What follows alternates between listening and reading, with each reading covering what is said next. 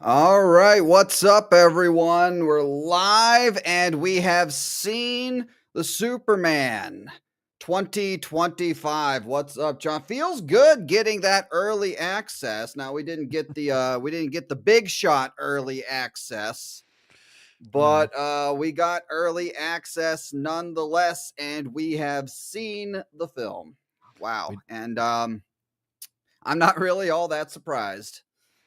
you will believe a man can cry after you've seen Superman do it several times in this movie.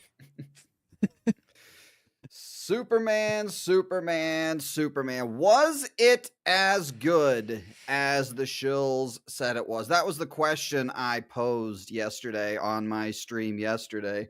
Was it as good as Matthew Ramos said that it was? Just like go through and read some of these. Try to keep it together. Try not to laugh too hard. Join me live at the Superman world premiere in Los Angeles. See Superman only in theaters July 11th. Yeah, I'm sure that was very fun. Superman cast interview. Look at him hanging out with everybody. Look at that. That's what it's all about. That's what it's all about. We all know Grizzy is only wearing his sunglasses tonight because his eyes are red like Greg Alba's from crying so much. Yes, obviously. Yeah. Yes, I did not cry. I did not cry during the movie. I could see the moment where they were trying to make me, and I was just like, this I is didn't really even see that. well, his big speech at the end. I was like, this is really wordy, and they're playing the music. I feel like this is supposed to be the emotional thing, and I'm just feeling nothing here, I had guys. a whole bit that I was thinking about doing coming live here for you guys. Guys, I want to apologize for my stream yesterday. It's just so good. I'm sorry. I'm crying. Would you I'm say it brings crying. it's like a comic brought to life? David Cornsweat I saw is the movie. Superman. I saw the movie this morning, like 12 hours ago, but it's still, I psyched myself up before coming live, and it was just so good, you guys. No, and that clearly that was all faked. That was all faked. And look at that, he's got the merch, showing off the merch. Dreams save us, dreams lift us up and transform us into something better. Thank you, Superman, Wow. for making this dream come true and for those who tuned into the stream. My dream of getting David paid to go see a Cornsweat is movie. the most relatable Superman. Most relatable? I So he don't acts think like we've you? I don't think we've ever seen this character so vulnerable. Now he's praising the movie for that. So vulnerable throughout the movie. Gunn really emphasized that Superman's greatest strength in his love, and David personifies that perfectly, breathing so much life and personality into his performance. And joining us just in time is Star Wars Marvel purist. You're gonna have to add. We're gonna have to add a Star Wars DC Marvel purist into the title. Gonna have to change the title eventually. God. I got lots to say. Let me turn my mic. I think I'm speaking right into it. Is that better? How's my volume? We good? I think we're good. Yeah, he's got a lot to say. Well, before we get to that, I just want to pose the question that I posed on my stream yesterday. Was Superman as good as the show? So it's not show influencers. Influencers. They're not shills, they're influencers, guys. Because like everybody's like ripping these people, but they won't call them shills like I do. They're calling them influencers. Like everybody's been ripping on, Real Rejects and Soups here and all the others who got to go to the premiere, hang with the cast, go to the after party and everything. Everybody's ripping on them and all of their reviews. But they just won't call them shills, man. So let's we watched this yesterday, but now that we've all seen the movie, I just want to watch. It's only 3 minutes. I just want to watch this one more time. And since we've all seen the movie now, and see if we agree with our boy Soups here. Try to keep it together. Try not to laugh too hard. It's such a good movie. Yeah, Why dude. would you cry every I was review, dude? luckily Fake, I fake got cry. myself together, Purist, before coming on here live. I was crying all day, like this guy. I was crying all day, but I finally, got Hang myself on. together just I gotta before. get my We tears need the going theory here. clip talking about the fake fucks. Right? He's a fake fuck, just like John Boyega. Fake I fuck. just got back home from watching Superman. And guys, straight up, Straight up. I love this movie. We got a banger. And this is a film. Oh, shit. I can't hit 10 seconds in and I'm laughing. This is how I always was. After you came back from Avengers, guys, isn't this exactly how you reacted? You weren't Oh. like pumped up or anything. You were like, oh, I really liked when Tony flew the missile into the wormhole. That's what took me so long to get on, guys. I had to put on my cape. You guys can't see my cape right now because I'm not going to do a face reveal until I reach Grizzy status. So you guys get me to 30,000 subs, and you'll be able to see me when I wear my capes, my Sith robes, and all that. There good you shit. go. I want you to wear a stormtrooper helmet like Hello Greedo. Yeah, but trust me, I got my Superman cape on right now. I got my Yeah. popcorn bucket, even though I got my Yeah. high seas copy. Yeah, we're drinking. I'm drinking the tears. The fake tears, by the way. You see the shills, they need reminding some eye humanity drops handy. And then it's easy. You that just cut we the are not camera in. defined by what the world thinks of us. We are defined by who we choose to be. We are defined by our actions. We are defined by our He saw things in this movie that let's just say I didn't see.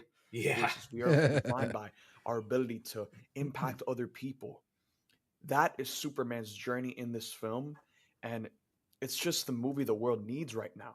In a similar sense to Spider-Man 2, this is a film that beats down on its hero. Spider-Man 2. Sam Raimi's Spider-Man 2. Now I said yesterday that I was going to keep that in mind as I watched this movie today, and Not seeing it. I don't know what the fuck this guy is on. I don't know what this guy is on. Like PCP. I kept saying during my watch along, I'm like, this is a movie with payoffs but no setup, like so they don't hit. And I think he's talking about the speech that Pa Kent gives, which he's in like one scene prior to that, so it really doesn't matter coming from him. I think what they're getting at is that in Spider-Man 2, Tobey Maguire's Spider-Man is always down. It's like a real Spider-Man comic, because in real Spider-Man comics, all this bad shit always happens in his personal life. Always trying to fucking do shit, and he's always having to like fight that and stuff. And that happens in Spider-Man 2 like a lot. So I think that's what they're getting at, because Superman's a fucking bitch basically in this movie. So they're like, oh look, he's struggling just like Tobey Spider-Man. I think that's the connection they're trying to make. Yeah. Fighting, even though he does have his fights, he's more focused on saving the people around the action. And it is just so beautiful to see every single time, because you get more of the sense of Superman's love for humanity and that connection. There is so much to love about this movie, but all of it completely falls apart if we don't have a great Superman leading the charge. And David Cornsweet gives such a great performance as Superman. What a within shock. the first 10 minutes alone, he displays such a wide range of emotion that it's almost jarring. David plays this character with so much life and personality, and in my opinion, he's the most relatable Superman yet. The rest of the cast are all incredible too. Rachel is perfect as Lois, and Nicholas Hoult as Lex Luthor is the best Lex we've ever gotten in live action. Straight up, he is. What? The best in live Dude, action. Gene Hackman just died. Yeah, Have a little Gene bit Hackman. of respect. That's true. Fuck you, Gene. Soups is like, he ain't even cold in the ground yet, but fuck you. It's just, would he be saying this? Would he be saying this if he wasn't a SHILL? I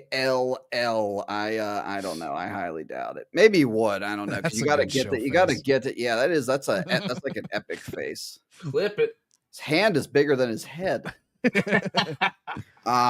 Anyway, welcome everyone. To answer the question I posed yesterday, no, it was not as good as the shills. Oh, sorry, influencers said that it was, and I've been the discourse around this movie. I think before we talk about it, like the discourse, there's like a whole bunch of camps with this movie, isn't there? There's the the shill influencers, which we looked at, who think this movie is life-changing. This is the best thing, like their lives have been changed. Like it brought them back to their childhood. And then we have like the campaign, the Snyder campaign, right? That are against this movie. And then there's I saw this on social media today and I found it quite funny. And then there's like the people who don't know what to think. They're just sitting around waiting for the general consensus to be formed around this movie before they come out and give their opinion, looking at you, Doomcock. Yep. So we're gonna, we know we got our opinions. I think you guys know what our opinions probably are, judging by the title of the stream. I was pretty I guess I'll start. I was pretty disappointed. I don't even know like what they were trying to do with this. This movie needed to be epic. It wasn't bad. I'm not going to say that it was bad. I thought it was better than at least probably the best superhero movie this year. Not that it's going up against much competition. I liked it better than Brave New World. I liked it better than Thunderbolts, actually.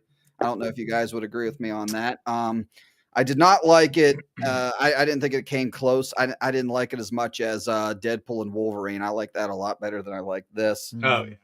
But even though that had a weak story too, like the writing was on that, but it was fun. That exactly, was a fun one with a lot of blood. And clearly, this was like a course correction from Man of Steel. Like you could almost see overcorrection. Exactly. I was about to say that, and they gun pushed the envelope like way too fucking far, And like there were times where like they started to have me. There were times like, okay, I'm starting to get invested. I'm starting to get into this. Okay, we got some good character moments here, and we got some good action and everything. And then James Gunn just wants to tell a joke. And it was so prevalent throughout every single like big sequence. And I just could not get it over. Like the biggest like example is like they're in the pocket universe and they're trying to escape. It's like, there's a closing door and fucking Mr. Tristan, what's his little drones called? Like the spheres. What were his drones called? T-spheres. T-spheres. His fucking T-sphere, which are like kind of just like little drones that he flies throughout to try and find Superman in the pocket universe. I guess we're getting into spoilers. And then like Crypto's there, and Crypto's destroying the spheres. Whenever everybody like Superman's over here saving a little baby. And which a baby could die here. That's pretty serious, but we're telling a but joke. It's an ugly baby. He calls Crypto to go save him because he's getting like ripped out into like a black hole or something. And then Crypto's like licking his face, and the stuff with Crypto is just really, really bad. And I got that on here: the comedy, the bad jokes, and everything. Superman constantly taking L's throughout this entire movie. Like we're introduced to him. It really felt like they just dropped us in the second act of this movie at the very beginning. Like the scene, for those of you that haven't seen it, the scene in the trailer where he like falls out of the sky outside the Fortress of Solitude and he's all bloody and everything. That's the beginning of the movie right there. That's the beginning of the movie. And so he starts off with an L. He goes back and he loses again, doesn't he? And then he needs help from the Justice Gang for what was the monster called? I know I wrote it down here somewhere. The fucking kaiju. What is it called? Kaiju, yes, that was it. The kaiju monster, which I guess grows overnight. You add water, it's like those little things. Yeah, like they drop it off at like 3 a.m. and they're like, yep, he just grows up. So he needs help from the Justice Gang during that. He needs rescued. He's rescued out of his cell from the guy, which I'm gonna get to that in a little bit. He needs rescued for when he's in the prison cell again. Lois and Mr. Terrific come and save him and everything. and just Jesus fucking Christ. Yeah, it's I would say it's very jumbled. Could never take an idea all the way or focus on anything. It constantly undercut itself with the fucking James Gunn. Anybody who complains about Marvel humor, because a lot of DC fans have, they there's can't a lot say of Marvel shit humor. now. Yeah, I we're gonna got, go there. I'm going there in a minute. Let me just wrap up real quick. I got like Guardians of the Galaxy vibes from the Justice Gang, and like pretty much all the characters, but like especially them. Just the way like they just like rip on each other, and just like they're just like they don't really take anything seriously, and they're always joking around and everything and fucking with each other. Really felt like Guardians to me. And like Lex is like falling victim to the Thrawn syndrome a little bit from Ahsoka. Like, just like, you know, he's a smart, intelligent villain, but when we need him to be a dumbass, he's a fucking dumbass just for the convenience of the plot. And there was the writing. There is some really bad writing in this. I think the only time I busted out laughing was at there's a big plot contrivance in this that was like it was on the level of the Snickers wrapper from Jurassic World. And we'll get to it. It was that fucking bad. A thought taking selfies the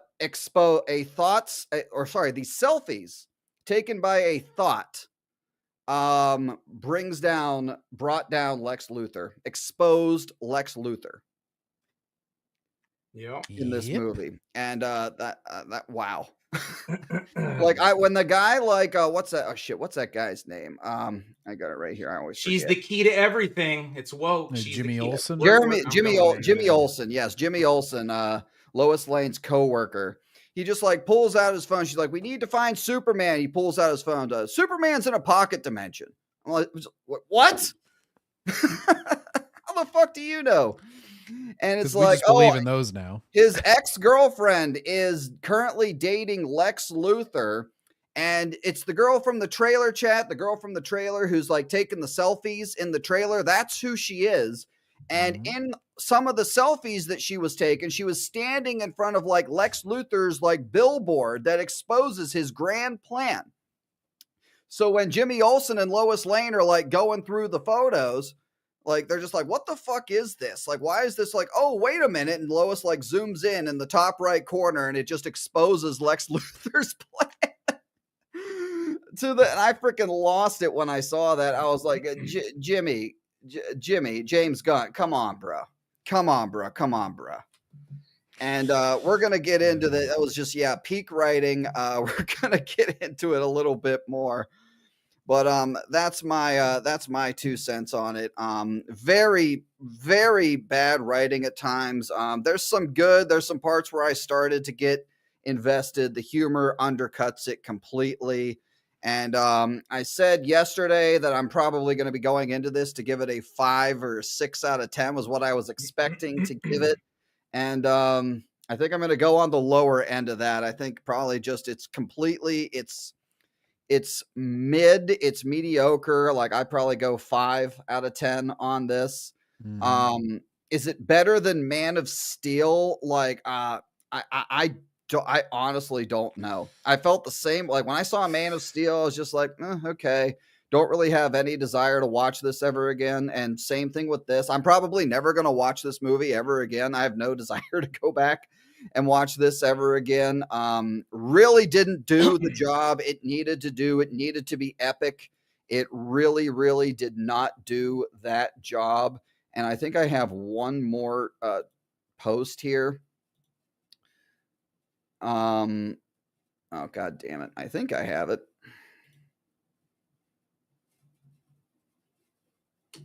Yes, it's right here. Let me put this up real quick for everyone.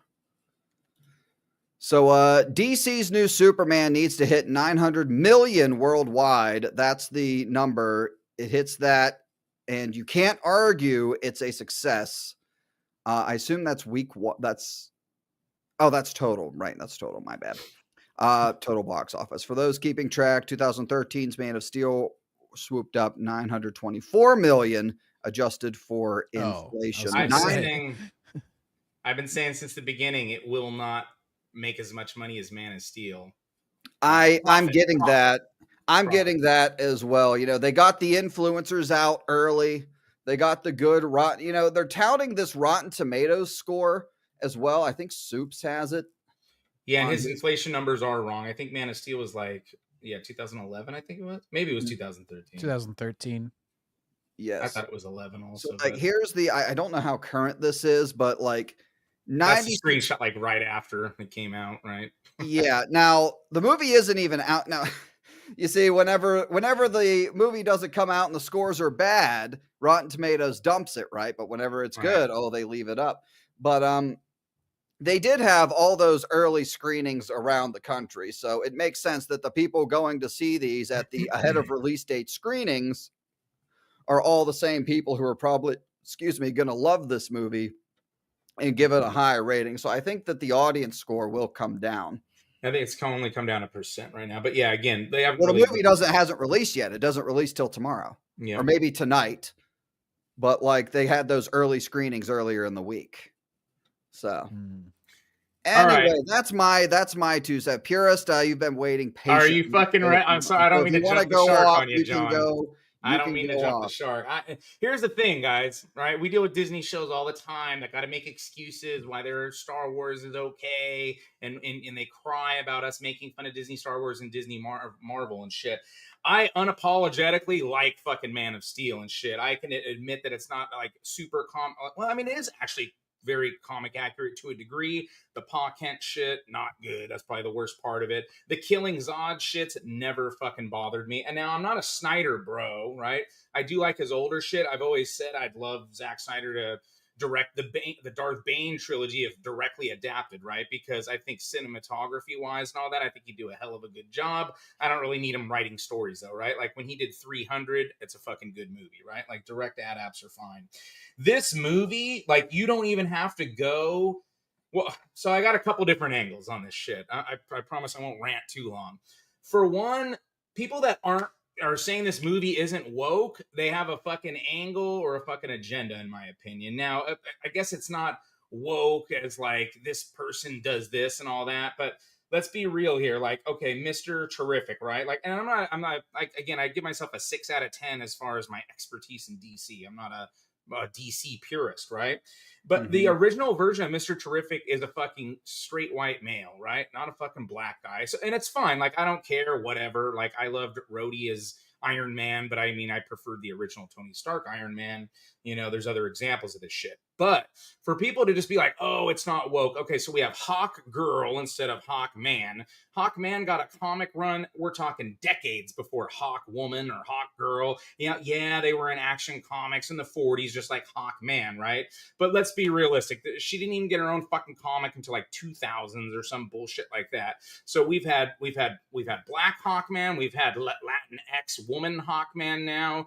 That's fucking woke, okay? Like, so this is the same thing they did with what they said the Thunderbolts wasn't woke, even though you had sex changed Taskmaster, you had sex changed fucking Ghost and all these other characters, right? So we're not going to count it as woke because they were already woke in the movie previous. That's not how this shit works, right? I understand Mr. Terrific's been around for quite a long time, but this is what I've always said on my channel from the beginning.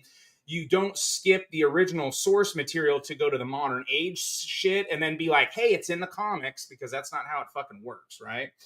So to me, it is fucking woke, dude. You know, we have that shit. Now, I think Mr. Terrific was written well. I think the way that his character is described and all that in in DC Comics and how he acts and all that's probably pretty accurate on the screen.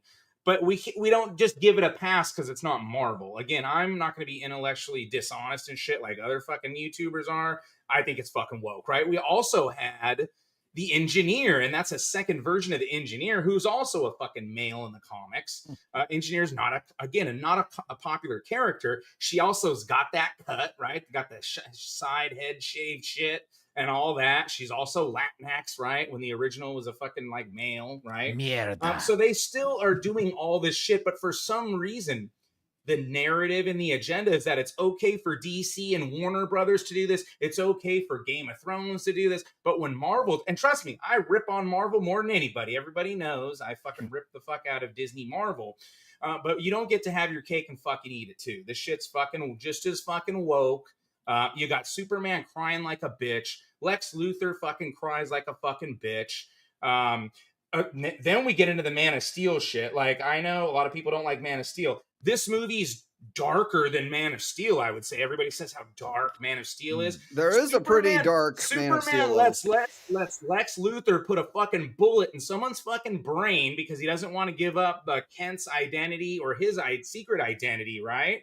Now, but you can equate that to the Pa Kent scene in Man of Steel. The difference being Pa Kent signaled to him, do not give away your secret. He had already explained to him. We already got all the fucking exposition about him not trusting the world and him being an alien and this and that. And he was told by his dad, and he's a good old farm boy. They really like to talk about that in this movie by exaggerating the accents and everything like Hick and Chef, right? Okay, so he listened to his dad in Man of Steel. His dad sacrificed himself. This person didn't want to fucking die, and Superman let him die in this movie. For some reason, nobody's brought that up. It's not a fucking big deal. That's pretty fucking dark, I would say. Superman kills somebody in this movie. He killed Zod. He broke his neck. Oh my God. Superman doesn't kill. Wah, wah. Cry me a fucking river. Hello, Ultraman. Hello, Black Hole. You're fucking dead, motherfucker. And Superman killed him. Haven't heard anybody complain about that shit either. Pretty dark, if you ask me. We got Superman killing people, right? So it's like, it's all about the narrative shit.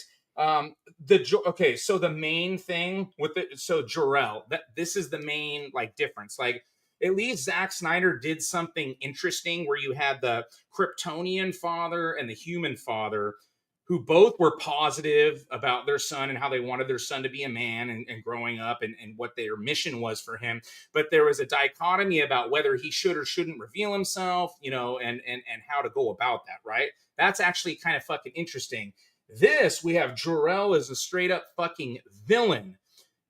Where the fuck are the quotes? Hold on, let me pull the fucking quotes up. I have the quotes of the other Read one. With them, real son. quick. I didn't even realize this while I was watching it, but Jor-El's played by Bradley Cooper. Yeah, Bradley Cooper, because he's worked for James Gunn in the past and shit. Here we go. Okay, so I'm gonna read you guys all. Here is what Jor-El's unscrambled signal. Now he does say, "Oh, we're sending you our son to this planet," and da da da da da. You know, be a good steward and all this bullshit. That's the beginning of the message that Superman doesn't get. Here's what Jor-El tells Superman that Lex Luthor unscrambles through the whatever her fucking name is. Spoiler alert, leave for 2 minutes if you don't want to hear this. The people there are simple and profoundly confused, weak of mind, spirit and body, lord over the planet as the last son of Krypton. Dispatch any unable or unwilling to serve you, Kal-El. Take as many wives as you can, so your genes and Krypton's might and legacy will live on in this new frontier. That was Lara. Do us proud, our beloved son. Rule without mercy, Jor-El. Now, you're thinking like, oh, at the end, they're going to expose like Lex Luthor manipulated this data and all. Nope, we're not told that at fucking all. I said there's a line. Sorry, Pierce. There's actually a line that says like where one of his minions, somebody says to him, just like, did you manipulate that? Or there's something where somebody says like, did you manipulate that? It's like, oh, like, no, he gave us everything we needed. Yeah, exactly. So let me read the dark. Oh, it's such a dark Man of Steel movie. That's so gritty and it's just so unreal for Superman. Let's hear what Jor-El says in this dark, bleak Man of Steel movie. Your mother and I are a product of our world and tied to its fate. You, as much as are now as much a child as Earth now as of Krypton. You can embody the best of both worlds. The people of Earth are different from us. That's true, but ultimately that's a good thing. They may not necessarily make the mistakes we did. Not if you guide them. Not if you give them hope. Embodied within that hope is the belief that potential of every person can be a force for good. That is what you, Kal-El can bring them, right? You will give the people of Earth something to strive towards. They will race behind you. They will stumble. They will fall. But in time, they will join you in the sun. In time, you will help them accomplish wonders. Man, that is so dark and just fucking evil, right? So again, you have a positive Jerome, you have a positive Pa Kent, but this is really a dark movie. Superman doesn't save many people in Man of Steel. Well, I rewatched Man of Steel today. He saved somebody 2 minutes into his screen time in the fucking movie. In this movie, they go way over, like Grizzy was saying, the compensation.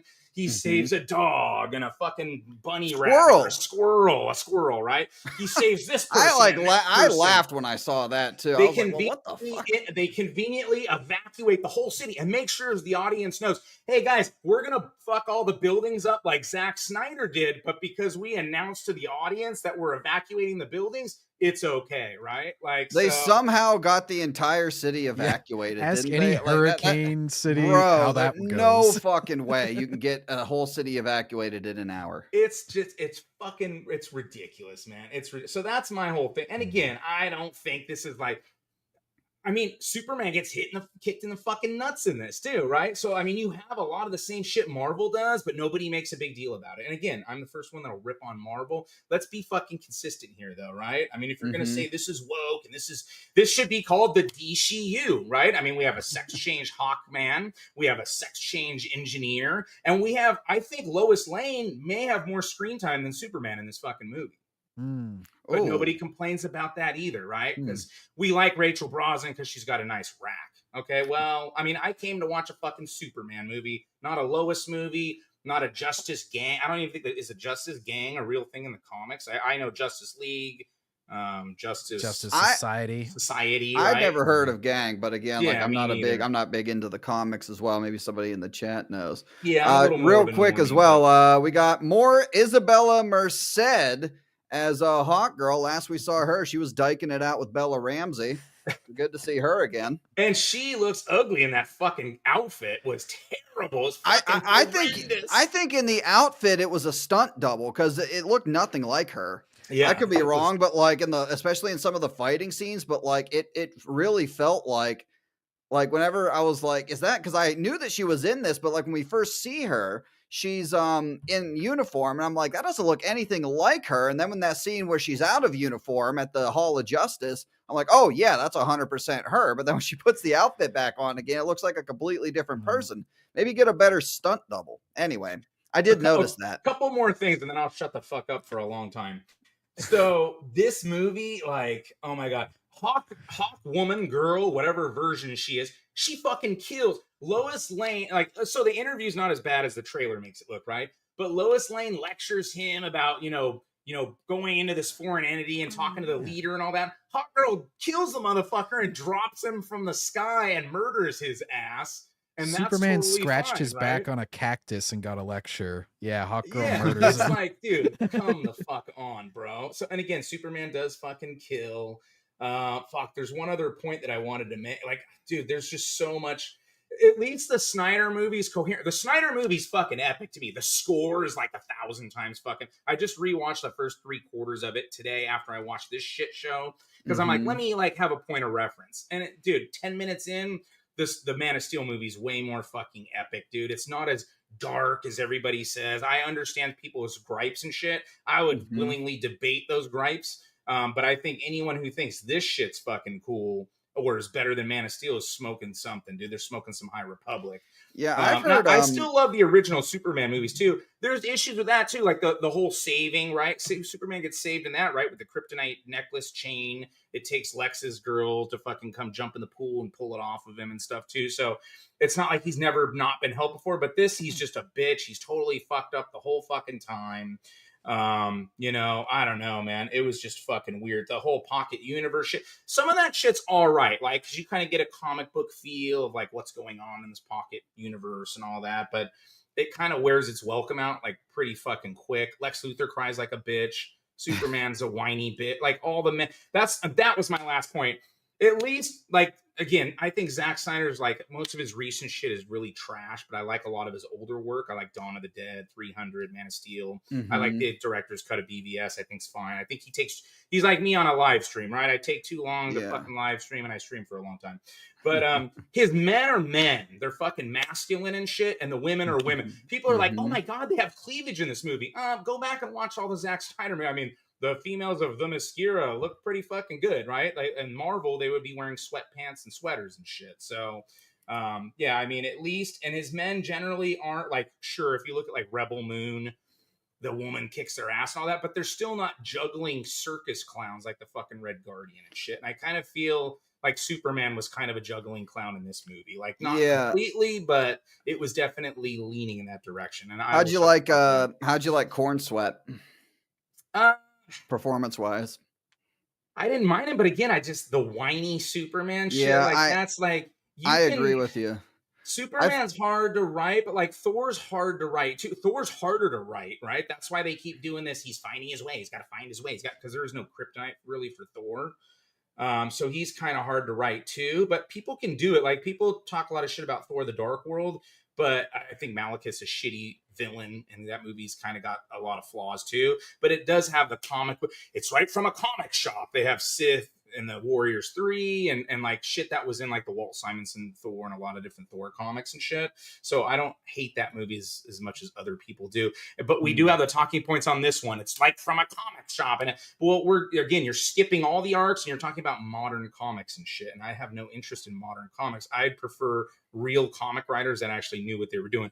Go read some John Byrne Superman. Go read Roger Stern, Dan Jurgens from like the 90s, like up until the death of Superman. Like there's a lot of really cool Superman comics that you can read. And I'm kind of a Superman normie, right? It's not my knowledge isn't like in Marvel, but dude, John Byrne Superman's really good. A lot of people like Grant Morrison's. I hate Grant Morrison's X-Men, so I never read Grant Morrison's Superman. But there's definitely way better depictions in the comics and shit than this trash. So yeah, I don't know. I'll shut up. I agree with you on like when he wrote, when he allowed him to be, you've probably heard this a lot from other reviewers chat, but I'm sure this is a common theme, but like when he allowed him to be Superman and he wasn't freaking, on his back, on his face, getting his ass kicked when he was like allowed to be Superman. There was some good stuff there. Like I said, there were some moments where like the movie, like, okay, I like what you're putting down, but then it's like, oh, bad dog, Crypto. Bad dog, stop licking my face, Crypto, and shit. Like it just, I think it would have been better if Crypto wasn't in this movie. I would probably give it another full point. I probably would have given it another full point. You have an out of 10 for this, Purist? I would probably say, I want to say 5. But I feel like because I rank like something like Shatterpoint, like in the EU books of 5, and that's like average, I guess I give this a 4.5, right? I guess I got to drop it down another half. Yeah, I originally had it at a 5.5 when I first watched it, and then like I was kind of like going over it again. I kind of skimmed through some scenes again. I was just like, no, it's just right. It's just right in the middle. For me, 100%. Yeah, and the humor, the jokes like kill like what the fuck's going on. Oh like, yes, I would say Man of Steel for me 8 out of 10, maybe 8.5. Really? Yeah, nice. I like it. I mean, again, I'm not a DC purist, so I probably see through that. I mean, there's some bad Marvel movies. Like I like X-Men First Class, not very comic accurate, right? Like it has comic accurate parts, but they have like Havoc's the older brother of Cyclops, and the lore's all fucked up. But it's a uplifting, cool movie. Magneto does badass shit. Like so, there's lots of cool. Yeah, I like that movie too. But yeah, I don't know. I think Man of Steel is way above and beyond this shit.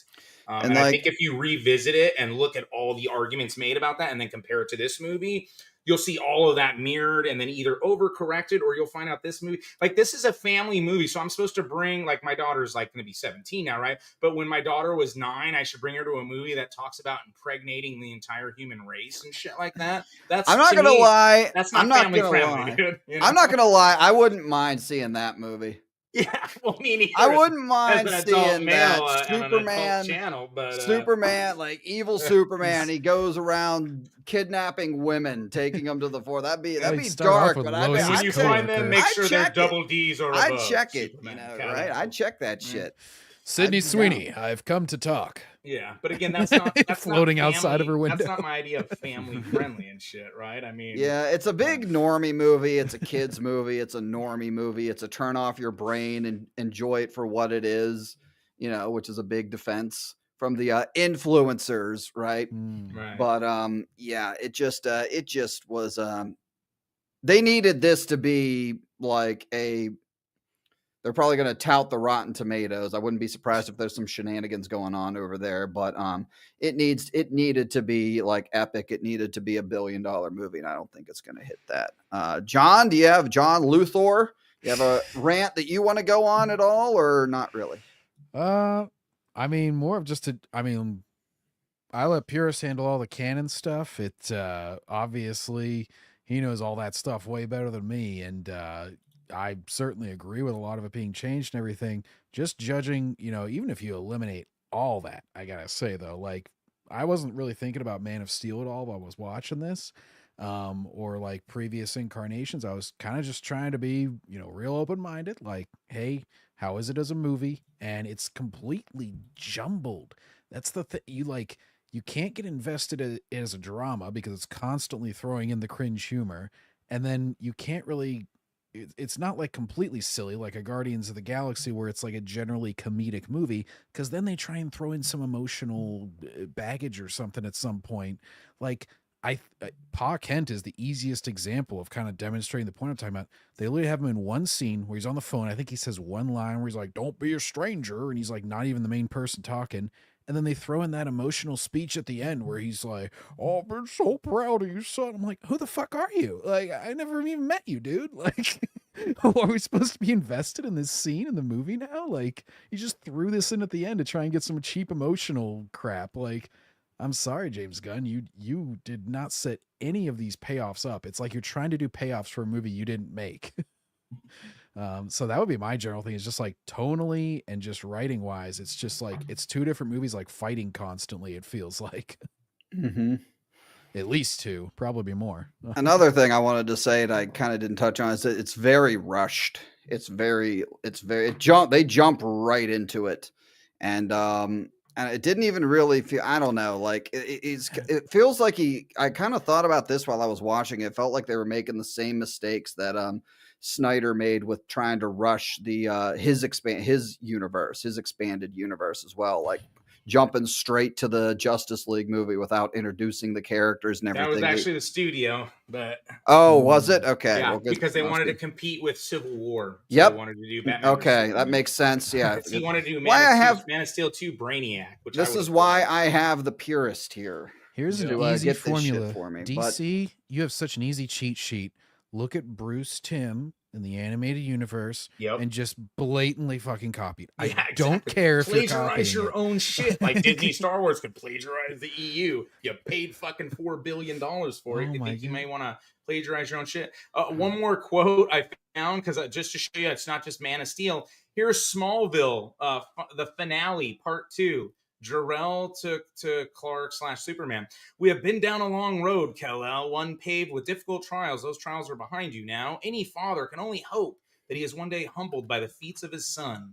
But it is your soul, Kal-El, of which I am most proud. You and you alone possess the courage, the determination, and the compassion that it will require to lift the darkness from the earth. I ask you to remember one thing. Your abilities may be made of my blood, but it is your time in Smallville with Jonathan and Martha Kent and all the people that made you a hero. And then somewhere else it talks about earlier on seasons to carry on Krypton in his memory, not going around fucking all the broads on Earth, to carry on the Kryptonian fucking legacy. So and that was a weird line a lot of people to throw in there. Yeah, a lot of people like Smallville, so I figured I'd include something from there as well. Anyways. And it starts from the very beginning with that, where it's like it's trying to be kind of serious by having him be beat up, which I don't even remember what beat him up that time. I don't think they ever mention it. But the hammer of Bravia, which is Ultraman hiding in the suit, right? Right. Well, his no. I mean, that's whenever he zooms back in. But before he does that, he gets healed up at the Fortress of Solitude. At like he had already gotten his ass beat by him. Oh, it was the same guy. So he goes to get healed up, and then that's when they're like, "You're only at 80%. Like you're gonna lose again." Yeah. And then he goes back out anyway. Which, if Lex wants to kill him so bad, why didn't he just kill him there? He had him dead to rights in the street, completely incapacitated. He could have just sent in the engineer and fill up his lungs at that moment. I know what people didn't hate him enough yet. I guess it was only at like 50% approval. He wanted him down to 30% or something. Another major writing thing. So, okay, this makes the movie worse than Man of Steel in every way possible as well. Lex Luthor can tell 18, 25 people at a computer, B6, 1423, A9, like playing Battleship, right? And that's the controls on Ultraman whooping Superman's ass. I'm not a DC purist here. Superman's faster than the fucking Flash, bro. So the amount of time it takes Lex Luthor to utter the commands of 4C, you sunk my battleship, the motherfucker to type it into the computer, and then Ultraman to perform the action, you're telling me Superman isn't fast enough to have already dinged him 3 or 4 fucking times? The total writing convenience right there, dude. Like, there's no argument for that at all. It's fucking total bullshit. And this is somewhat fixable anyway. I was just thinking as you were talking, like, you should have just had like a Neuralink or something linked into like Ultraman, virtual reality, thing. Yeah, where just been like instant thought, like Pacific activated. Rim, right? Yeah, like, it's Lex something Luthor like with the shit on his head. Like, Jesus, you had so many years to write this, and you couldn't have thought of that. But he's so smart, you know. He knows everything Superman's gonna do faster than Superman's own superhuman super speed reflexes. Like, pretty fucking terrible, dude. All right. Well, hey, I think we should get into the breakdown. We've going good here. I'd like to see it. So, all right. So, as you guys know, we got our early access, but we got our early we didn't get the big shot early access. Unfortunately, we had to get our copy of the movie off of the high seas. Real quick, what do you guys think of this intro? Like, basically setting up the DCEU with like a almost a Star Wars like crawl, only it was just like transitioning a little bit throughout, but like doing the taking a page out of Star Wars's handbook and just dropping these 3 centuries ago, the first superpower beings known as metahumans appeared on Earth, ushering in a new era of God and monsters. I'll go the number 3. Melissa says the number 3 because it's 3 centuries ago, 30 years ago, 3 years ago, 30 minutes ago, 3 decades ago, ago. 3 decades ago. Extraterrestrial baby was sent on a spacecraft to Earth, adopted by Kansas farmers. Trinity. 3 years ago, the baby, now grown, announced himself as Superman, the most powerful metahuman of... is he, though? 3 minutes ago, he got his ass whooped. Well, and it's it really doesn't feed into it at all, because they say 3 centuries ago all these metahumans came. What do we have in this movie? It's the Justice Gang, Superman, and I guess Metamorpho appears at the very end. That's really not much of a world built from 3 centuries. I don't have a problem really with them that different doing it, right? Like, that's fine. Like, because they didn't need to do another origin movie. Like, that's another thing with Man of Steel. Like, it was kind of a cool origin. It definitely showed, like, this is Krypton. This is a fucking alien planet. This shit's different, right? Like, I had no problem with that. I have no problem with this because, like, I understand you don't want to do the origin story over again. Like, that's fine. Like, it didn't really bother me too much. I don't like this cringy scene. I don't understand why he's screaming when he's getting a magnified amount of yellow sun on him. If anything, that's replenishing and healing him. Why is he screaming in fucking pain? Dramatic. Makes it more dramatic. It feels so good. Yeah. Do the Campia moan right there. I guess that was him. Right? He's fucking yellow. He's having a little bit too good of a time, purist. It was a different kind of scream. I answered my own question. 3 hours ago now, the metahuman called Hammer of Boravia. Was that I think I missed this at the beginning. Like, that's the robot. It's a created fake character, right? Yeah. I thought it was Ultraman in the suit, though, right? Doesn't he? That's what I thought. Yeah. That's what I thought. Wasn't that mentioned? Does anybody know? Because he takes off his helmet once. Yeah, he comes takes through it the off portal. when he's going through the into the pocket universe. Yeah. Now I can't remember. Do you guys remember the name of the group of the other people that are in the metal suits?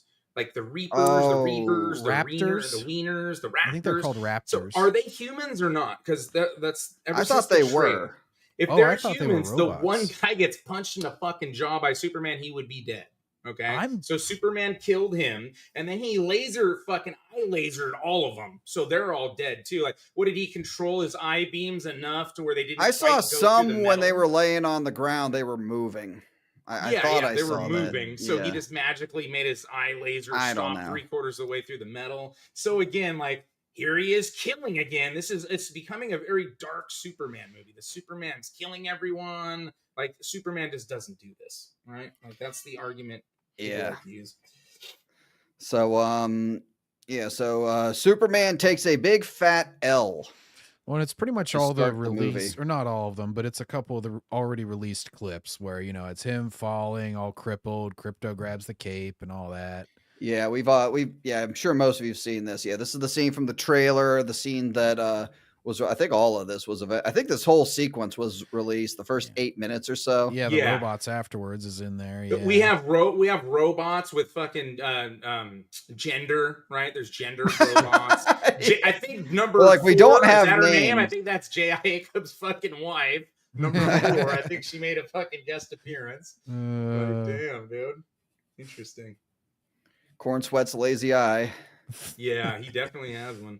I'll be right That's back. yeah, I'm gonna that grab is a beer. Bradley. That is Bradley Cooper. I can see it now. I didn't Yeah. see it at first. That is Bradley Cooper. Look at that. Gray hair dye. Yeah. And We're sending they you to only Earth. The speak chicks are hot. Kryptonian. Yep. Spread your magical seed. Only to the double D's. I'll be right back. Continue. So here's him getting raised by the sun, and I missed it earlier, but we kick things off with a dramatic reveal of Superman, and they kick off with the crypto jokes right out the gate. Right out the gate, absolutely. Oh yeah, he's beating the shit out of him. Yeah, and they explain why it's such a bad dog at the end, I guess. Yeah, we'll get to that. We will indeed get to that. So he flies back to the fight, and then there's the what was it called? Hammer of Baravia. Russia, Yeah, I think Baravia. Yeah. Ukraine, Israel, all of them. Right? Yeah. So I don't know, I might have missed it, but the engineer tracks Superman to the Fortress of Solitude, I guess, during all this. So like I said, it's like they drop you in right in the second act of the movie. It really is kind of like that. And also the wokeness is coming. The engineer is one of the authority, and the authority has the rip-off gay Batman and Superman. They're like a rip-off Batman, rip-off Superman, and they like to jerk each other off. So that wokeness is coming. So it's not woke, guys. So this is the fight where and Lex already knows, as Pierce was talking about earlier, Lex already knows all of Superman's moves, and he's shouting out like letters and numbers for combos and everything for the fight. It's like whenever you're really good at Mortal Kombat, Mortal you just get the Kombat, I was fatalities thinking down. Yeah, right. I guess this might have been Ultraman, because he was doing the same thing in the fight when Superman fought Ultraman. So I guess it probably is him. You probably just didn't. Yeah, I think he goes back. He goes through the black hole portal thing, and he takes his suit off, and he's in that. Yeah. And So, Ultraman chat- looks like Black Noir from fucking the boys too. Chat, there is the woman taking the selfies on the left. You see her on the screen, right? Pay very close attention to her, because she is very important. Mm-hmm. Selfie Superman bitch. gets planted in the street. He's totally defeated. There's the engineer. She got the cut. See, she got the cut. You got the shaved side head right there. There's a good look at her. And she says mierda, so you know that she's Hispanic. Yep, Latin. Very Latinx. non-white. She's Latinx. Right. They must have fired Rachel Zegler last minute. Yep. So yeah, there's let me see if I can get it. Let me mute this. Try to avoid the I played 5 seconds of this. They'll shut the stream off. That's what happened. I think that's what happened when we did previously. So again, like Nicholas Hoult as Lex, like again, like when he didn't fucking write him into a corner, I thought he gave an all right performance when he was doing his good shit, but then Gunn wrote him into a corner, tried to use him for comedy and everything, and it completely just same shit with Corn Sweat. Remember the joke about Steppenwolf looking like a Gillette razor and all that shit? I mean, this engineer bitch, a lot of the CG and everything, she looks a lot like it's the lazy nanomachine shit where they can just make a cloud of everything that they need. It's so boring design wise. It's the same thing they did with Iron Man after the original films where it was all mechanical. She's Mhm. just like, I have a cloud of tentacles. I win. Okay. Yeah. Now this guy is going to regret this decision. Yeah. It's okay, Yeah. Superman. The minority He's is here to sure save you. as shit going to regret this decision going down to help Superman. We'll get to that a little. I'm surprised he didn't put in, because of what Gunn said before the movie. He wasn't like, Superman, I may have come here illegally, but now I'm helping you. Clearly, Yeah. it's good that I'm in Yeah. this country. Yeah, he gave him a little bit of a nipple suck there, as you can see. Super titties. He's like, you're not the one I want to breed with. Sorry. We need to procreate. That's the only way to get Kryptonian seeds spread. Come on now. Yeah, so there's this is Lex's little military base here, and then I believe it's that tent there in the center is where the pocket dimension portal is that they go to. And then yes, he hears him getting like all of his equipment cut Yeah, off. there he has his helmet off. He's Yeah. underneath. Yeah. It Mhm. happens to me too. I'm working, watching this shit. You know, it is. You got to do what you got to do when you're not a big shot status. Well, Grizzy's on his way, but Yeah. And there's the little, so the room full of computer people that all like working the drone. Although I didn't see the drones in this fight, so I'm not sure how they were watching. Maybe they were there. I just the didn't setup notice for them. that is I horrendous. think it was just right outside their window. The Oh, fight that's was right. They were occurring. just I believe it watching. was. Okay. Yeah, what the eye test. So Lex was keeping up with his naked eyes. With, like Mhm. Purist just saying. Faster reaction time Only than from a metahuman. distance, too. Yeah.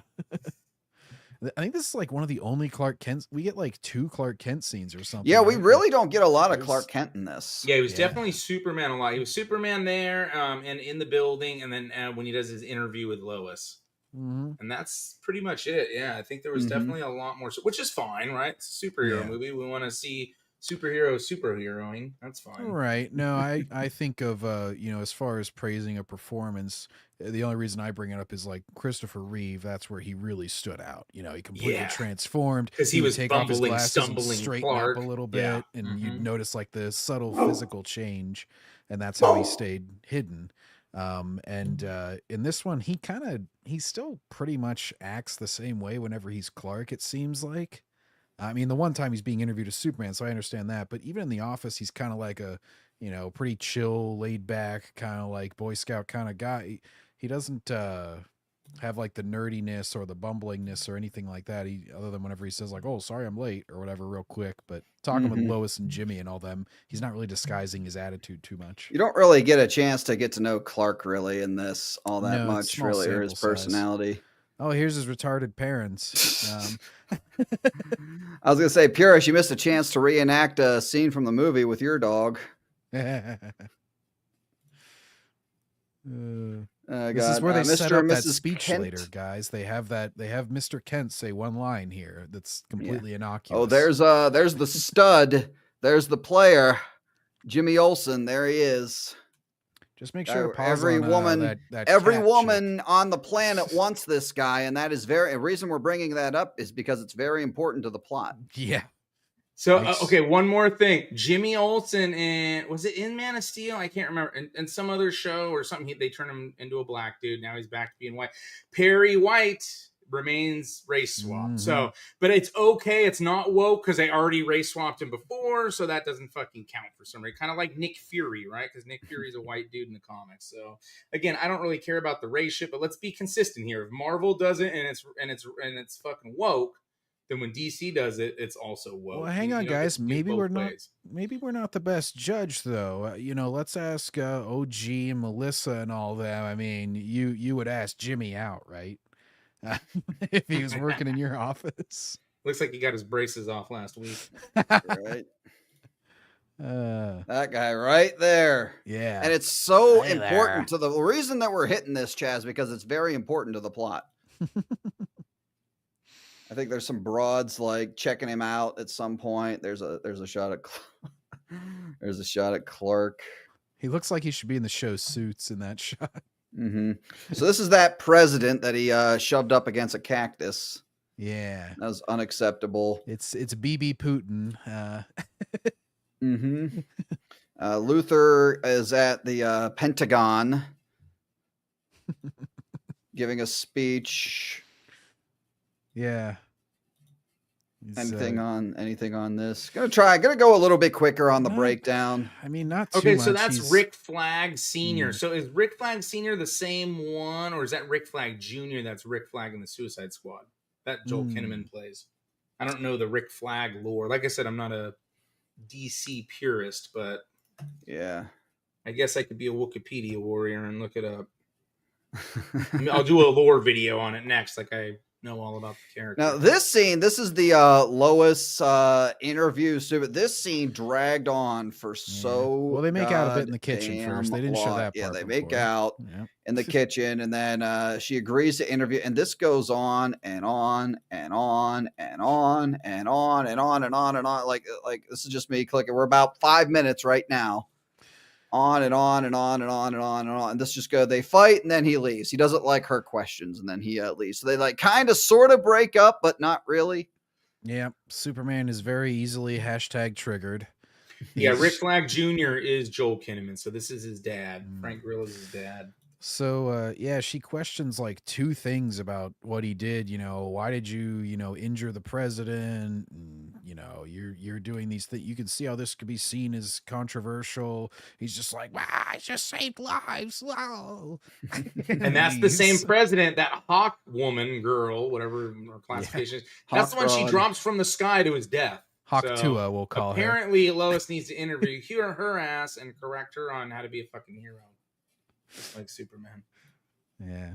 Well, purist, you forgot what ethnicity she is. She'll come back with, you do not know my struggle, Lois. Jack Griffin, I get it, bro. I get that you are a big fan of this movie and you hate the Snyderverse. I'm just pointing out that I think the Snyder movies are better. I never said there weren't race swaps in the Snyder movies. I'm pointing out the fact that this movie, for some reason, gets a fucking pass by our side when nothing else does. Yes, this is their infiltration of the Fortress of Solitude now. Yep, which is explained later, but and he brings his thought girlfriend with him. That's her right there for some reason. This was the first big thing where I immediately thought it was weird that he was bringing her along to things like this. I'm like, it's dangerous. It's pretty secretive, you would figure, to tell your dumbass girlfriend who has her phone with her all the time.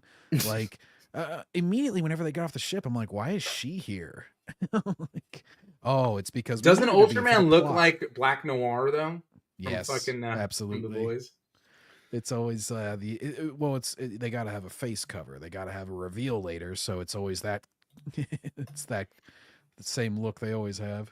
Lex going in like a boss, and then they just fight the robots, which are pretty useless. Yeah, this was like totally weird choreography as far as this goes, just from Lex's perspective, because he's like calmly walking as the robots are like 2 inches from his face, ready to murk him, and he's just like, I'm so cool. I'm just like, I mean, I get Lex is arrogant. Maybe he believes in his creations to protect him, but he has no fucking idea what these robots are capable of. He's never seen them before, and he's just like strolling on in, like, I'm a badass. Oh yeah, and Crypto gets one shot in. Like I feel. Oh like yeah, we get animal cruelty. She gets animal cruelty, but it wasn't too cruel because God forbid you're mean to. You can fuck up people, but you can't fuck with dogs. Crypto gets one fucking hit, and he's supposed to have like the powers of. He's supposed to be pretty fucking powerful, and he's like one scratch, and then immediately blah. I'm like, oh, that was anticlimactic. I feel like so. I want to keep this in mind as well. Lex Luthor, very technically savvy and everything. And they talk earlier. I guess I should probably break out into this a little bit. Like we'll talk about this now. I meant to talk about this earlier, but so the monkeys. If you guys heard the monkey little leak that came out a while ago, the monkeys are a thing, and some of the people who were shitting on it when it first was announced, you're just like, oh, it's only in the movie for 2 seconds. It's still fucking stupid. This is Lex Luthor. The guy, he was able to hack Jor-El's message when Superman could not. So he has the monkeys with like mind control on them, and they're typing away. They're doing a social media smear campaign against Superman.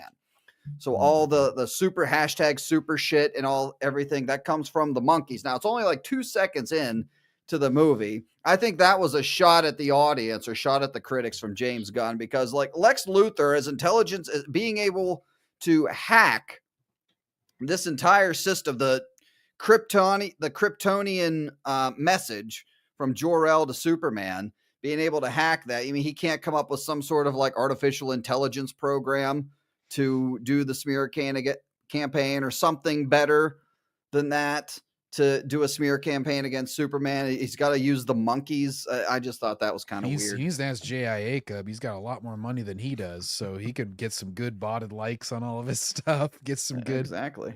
Get some good bots. Push that shit. I just thought that was weird. So this is them trying to release that the coup that starts with a K. I always forget the name of that goddamn thing. Kaiju, yes, the kaiju monster. Yeah, and it's in like it's about the size of a cat, or the size of a small dog, and they drop it, and then so this is their distraction while they're trying to.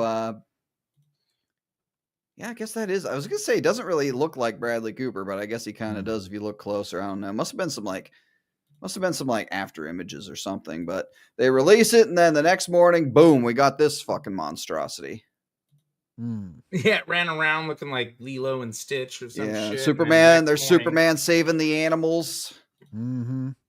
And like he's like trying to capture the thing as well. Like the Justice Gang shows up and they're like, all right, we need to fuck this thing up, kill it immediately. And he's like, well, we should capture it. Another overcorrection. Look, we're not Man of Steel, guys. Yes. Hey, I don't want this thing to get killed. Yeah. Like, we get it, dude. We got him it. Like stopping it from destroying the building would have been enough. Like, oh, he's trying to prevent damage while also battling it. That's good enough to sort of not be Man of Steel, you know? Instead, he like just stops doing anything, and then it turns into complete comedy juggling circus, because it's just like they're like attacking the eye and like poking it, and the crowd's not even worried. They're like giving it funny looks like, oh, what's going on, guys?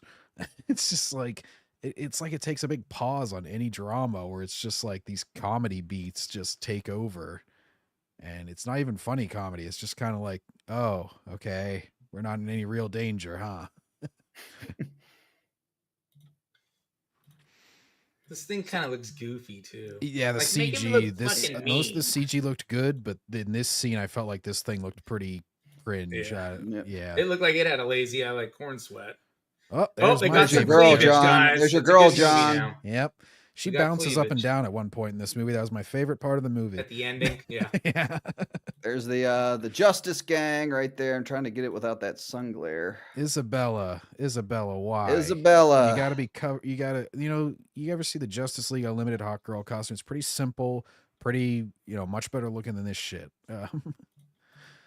This is like over design. There we go. Well, it's the same thing like doing the MCU too, right? So they have them all covered, but then they'll go to the red carpet. Like, do you see the Florence Pugh one rolling around from like Britain? She's got her nipples doing like a silk thing, and they'll show that. But in this movie, we need to have our shit covered to our elbows, right? Because we're virtue signaling. It's more comfortable for the actresses, but we'll also make Henry Cavill wear this skin tight suit. Yeah, take your shirt off half the movie. Yeah. I don't know why this might have been a me thing, but Nathan Fillion, is that his name? Fillion. Mm-hmm. Nathan Fillion. He reminded me of Woody Harrelson. A little bit. Now that he's getting older, I can see that. Yeah. Like just like his mannerisms and everything. Like he really reminds. I just was like, is that Woody? Like it's not Woody Harrelson, but he was like acting like Woody Harrelson. He kept reminding me of Woody Like he was like he was like cosplaying or pretending to be Woody Harrelson. Right. This might have been a me thing, but I just thought that was kind of weird. Yeah. And there's Isabella Mercer. Well, I think that's a stunt double. That might be her actually, but I did like a lot of the close-ups didn't even look like her. Well, and I don't know if purists would know this. Does she constantly fucking scream in the comic books? I've never heard or known of that. No, she didn't do it in the Justice League show, and I would have been fucking annoyed with that show in 2 seconds if they had. Like in this movie, they act like it's a thing. She has to like a shill whenever you insult their They movies. think she's Banshee from X-Men, like she has to scream. There you go. Yeah. Now listen. Look, that is not Isabella Merced right there. That is not Isabella Merced. Yeah, right she doesn't show so much teeth. From what I noticed. I learned from all the shill faces you see, you know. Yeah. Well, we've seen Isabella gasping for different reasons before. Oh Like I yeah. said, no teeth. So, Yeah. mouth wide open. Oh my gosh. It was so annoying though. It took me like 3 times to realize that's what was happening. I thought it was like a sound thing on the copy that I had. And then I'm like, oh, she's just screaming every single time that she flies into anything.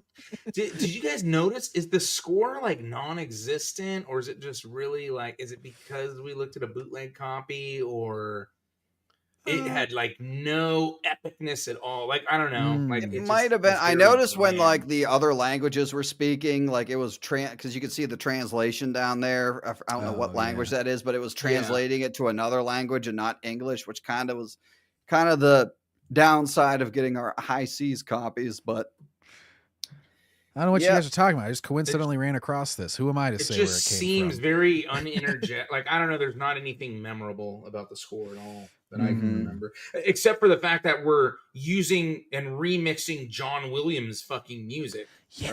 Right.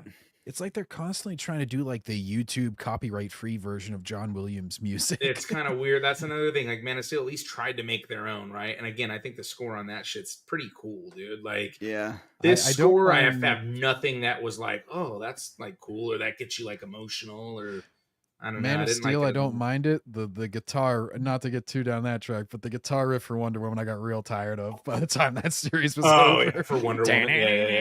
Yeah. That was pretty bad. Oh god. I hear you. That was Um, what's her name though? The failed Rogue Squadron bitch, Oh yeah. Patty Jenkins. Yeah. So this is where Lex, right after they kill the monster, I guess like rather than covering the big monster fight, they have Lex Luthor on standby so that 30 seconds after the monster's been killed, they're jumping to a Lex Luthor interview.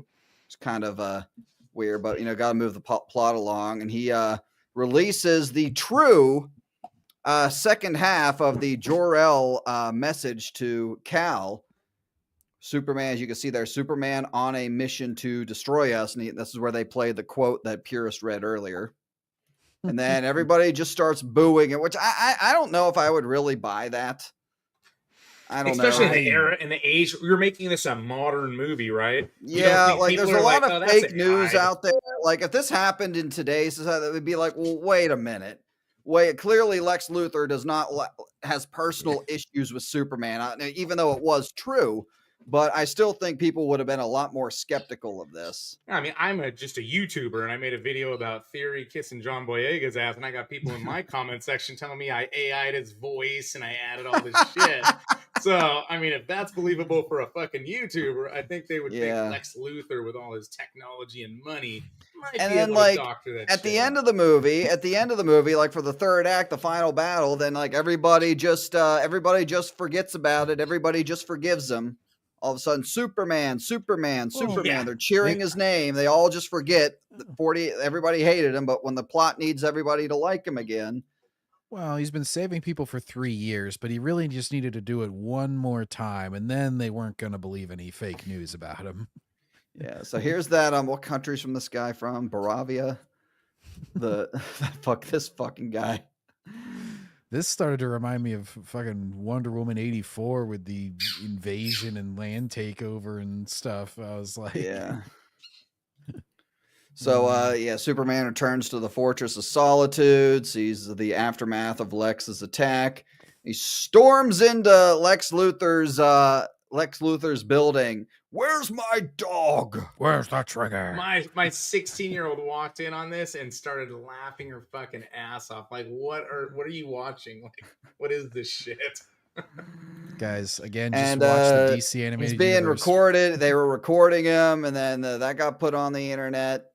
So he's like, yeah, like Superman's the rabid dog. And there's a John Cena Peacemaker cameo. Yeah, we're gonna fire everyone else, but we're gonna keep this schmuck around. I would have kept Idris Elba's whatever his name was character. Now, correct me if I'm wrong. Wasn't like the original the Snyder Justice League in that show? Yes. Yeah, at the end, they like silhouettes are there. I It believe shows, like Flash and Aquaman have a line. You're right. I think it's the Like silhouettes of, like Wonder Aquaman's like, Woman I and don't fuck Superman. fish, or I don't something Yeah. like that. So how are they going to write their way around that? Well, I did watch my copy didn't have the after credits scenes, but Multiverses? yeah, somebody was speculating that like when the rift is opening in this movie, that it's gonna open up the possibilities of characters drifting across or whatnot. Yeah. We're already doing this. Like John Peacemaker is gonna be like, "Oh, didn't you look different or something?" Whenever he first. I think meets in that one Superman. trailer for season 2, there were 2 of them, weren't there?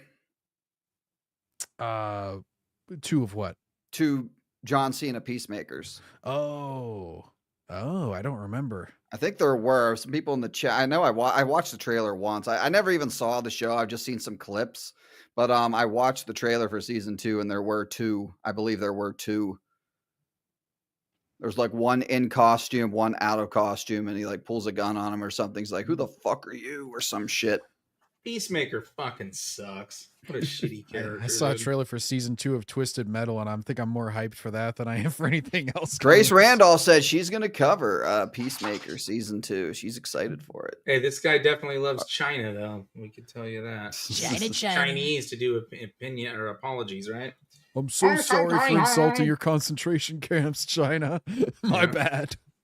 So this is like one of the like calm down scenes. They're fighting. I thought this scene was terrible. Like, do we honestly need the fight going on in the background? Between this and Remember, the monster. Joshy Boy was like, and this could be fucking interdimensional, and he made all these theories and speculations. It's just some bullshit throwaway scene in the background to take away from an actual like intimate moment between Lois consoling Super Bitch. I do hope that this beats Fantastic Four in box office, so he loses $500. Though I will say, I think it will as well. Like, all these fans are trying to think up all these theories, and meanwhile, James Gunn is just writing it like, and then there's going to be a monster in the back, and Superman's just going to be treating it like, oh, it's just not even. He stuck it in the trailer too to get people hyped. Neon, bruh, you know? He's like not even paying attention. He doesn't even care about it. Isn't that hilarious, guys? Fantastic it's like so casual. Four, it's the Galactus factor. That's what all is going to come down to. If they do like really good CG on Galactus and shit, you may get some shills that go see it 50 times each. Well, purist, obviously Silver Surfer is going to drive the female demographic there because they'll see themselves on screen in a silver woman on a surfboard. Yeah. You got to make characters that are relatable to the audience. Oh, if they did a Sydney Sweeney edit at the fucking last hour, they may actually put him over the top, but that's not happening. So the planet is doomed. Superman turns himself in. I kind of had a little bit of a problem with this when he finds out that he's going to be taken to like Lex Luthor, that he's going to be given to Lex Luthor. I don't think he would go along with that. Well, it's another Man of Steel plot point too. He turns himself in. Like, it's like this movie copies Man of Steel left and right, and in a shittier way. And this is a major plot hole because he knows that Lex took his dog. And then he doesn't know that he thinks that. Well, okay, hang on. I think he said he turned himself in so he could find the dog. Well, that's what I'm saying. I guess that's part of it. He turns himself in to find the dog. He knows that Lex took the dog, but he is surprised when the government guy, when General Flagg says, by the way, we got a third-party contract because we can't contain you. He turns himself into the government, and then they turn him over to Lex. I don't know how he knew that was going to happen. Yeah, I don't think he'd be cool with that. And then here's playing 4D chess. I guess Superman predicted and clearly the government will not be able to contain me, so they'll turn me over to Lex Luthor, who has the dog. It's like, So Metamorpho makes Krypton. I think everyone kind of knew that. Like, everyone kind of guessed that. Yeah. So now this was where okay, come on, Lex. Like, shouldn't you have somebody here watching these two 24/7 just in case? Because you're threatening this Metamorpho by holding his baby hostage, so he has to basically hold Superman hostage. So how about holding his baby hostage literally within view of him? Yeah, super genius move, Lex. Yeah, maybe so have Superman could just fly across. Like, this is where it's like, okay, here's where Lex has to be an idiot for the sake so the plot can move forward. And going to like, keep him right here where Superman can you reach know, him if he and ever escapes. and like I was say, don't you talk to him, don't you help him, and then you give Superman right across the hallway, right across the room, without anybody really watching them. There's no guards on that floor or anywhere near them. And there's every motivation for him to help Superman escape. And then Lex is like, whatever that it happens here in a little bit, Lex is like, oh, what the fuck happened? Well, how the fuck did he escape? And it's like, bro, like, and then this is the scene right Austin here. Powers This shit. is where, this is where I busted out laughing. Lois is doing all this research on Lex Luthor, and he's like, where did he take Superman? What the fuck's going on? Then this guy just pulls out his phone. He's like, Superman's in a pocket dimension. Yeah. Every time that we need the plot to move forward, Lex's girlfriend Like, moves yeah, it and it forward. happened one right after the other. Our boy fucking Jeremy Olsen, the stud. Jimmy Olsen, my bad. I don't know why I keep saying Jeremy. Jimmy Olsen, the stud, fucking. Yeah, James- Megan. Oh, and this is another thing as well. Apparently, Lex Luthor is sending all of his ex-girlfriends to that pocket dimension as Right. well, because like they wouldn't be like law enforcement. Every woman that Lex Luthor date ends up missing. Somebody might want to investigate this. Maybe chat knows. Are any of these names like Easter eggs for certain characters in DC, like they did in the X-Men movies? You know, when Mystique was getting the info and they had all kinds of mutants in the fucking Mutant lockup. Toes. Oh, I think that's Yeah. her. Mutant Toes. Because Yeah, there's a that's line part of about the that. great humor. Don't you remember, Grizzy? I'm just saying, is Megan Tilden, Mary Schreiner, any of Yeah. those people? Anybody? Mhm. Could be a reference, yeah. Oh, there's the. Oh, and they're the doing monkeys. Clockwork Orange to fucking Crypto, right? They have a shit holding his eyes open. Yeah. It's for me drubs. We got fucking Crypto on the treadmill.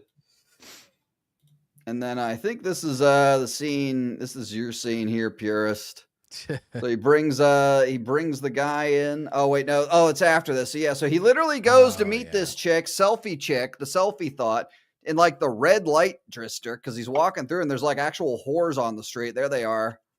It's like, hey baby, you looking for a good time? And then he goes and meets Lex Luthor's current girl. So this is his ex-girlfriend, and she's dating Lex Luthor now. Again, this is the big contrivance.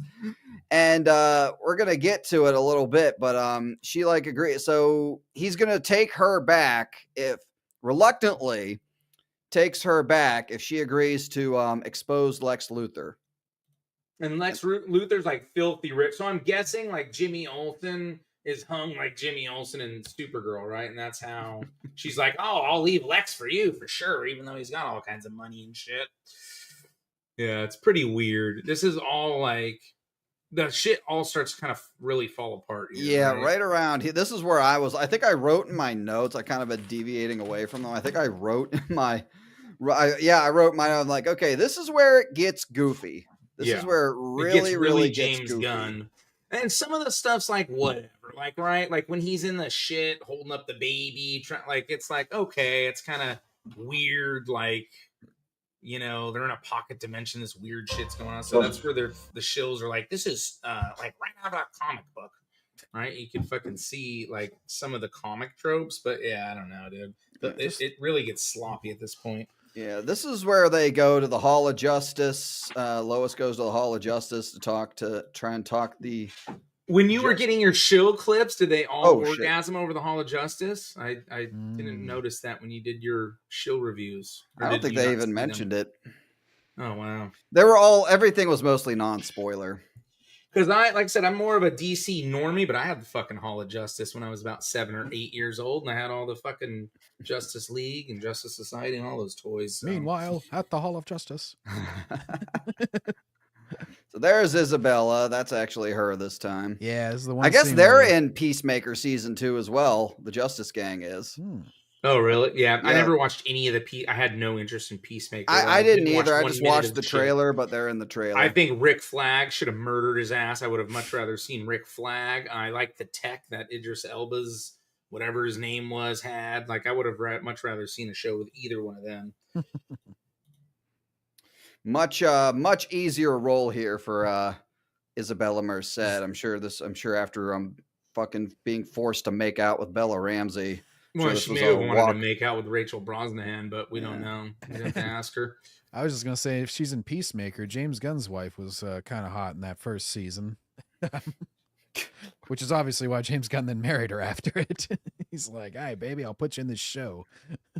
Yeah, this scene's kind of like, hey, look, here's the Hall of Justice. Right? Here's the Like, Hall of Justice. They don't agree to help, but Mr. Terrific's going to help. And let's tell a joke real quick. Now, they if do it was this- Marvel, that's the black guy's gonna save the day. Da, da, da, da, da, Guys, right? it's I mean, the I'm garage being gang. It's consistent the garage door is slow opening joke. Where have we Yeah. see? We've never seen Fucking that in anything stupid. before. Yeah. knee slapper. It's a Yeah. serious character, but and then we're gonna something get silly into happens, okay, so we'll guys. get into this. I mean, we can talk about it later, I guess. We'll wait. Never Well, mind. I do want to bring up. I think the we one- got. I think this is it. Yep, here we go. Pure. I Yeah. think you want to go off on this. Hmm. Yeah, I mean, this Remember is the like I man? said, Remember the man chat that I told you to keep in mind? The man who Yeah. helped Superman out of the hole, and I said and he's going to Superman regret that. lets him die. He's gonna Superman regret lets him that. die. This movie's very dark. Look how dark it is when it's happening. So it's dark on two different fronts. It's not only the lighting's bad, but it's also very dark that they're letting Superman let an innocent person get murdered. Although he saved squirrels and dogs and everyone else, he didn't save an innocent guy that helped him out of a hole that did absolutely nothing wrong and didn't nod to him and say, "Don't save me. I don't want you to give your identity up." He let him hang, left him hanging, and let him get his brains fucking blown out. Don't forget, Pierce, they also make a joke here, too, because they do the Russian roulette thing, and it's only on the second shot that he gets murdered. Yeah, like So Lex is usually, like, it usually "Whoa, I goes didn't think longer would than happen that in on movies. show." true. Whoa. And he brings that president guy with him, and he's like talking shit. Oh, yeah. That guy's like total He's supposed to be like this, evil dude that's invading another country. He just turns into a Yeah. complete clown. So here you get a Mr. Terrific action sequence, show how badass he is. So this is one where I was like, this is a cool action scene, but I feel like they filmed it terribly, where they have it always rotate around Lois and they have like the pop song playing and they try and make it like a montage type deal, it feels like, and it's just Lois gawking around the entire time. Like, you'd have done John Wick, like follow Mr. Terrific. Dude in the comments, yeah, he let him die because he asked, "Who are your parents? Who is it?" Like, so Superman had. He could have lied. He could have lied. He could have said something to try to save the guy's life.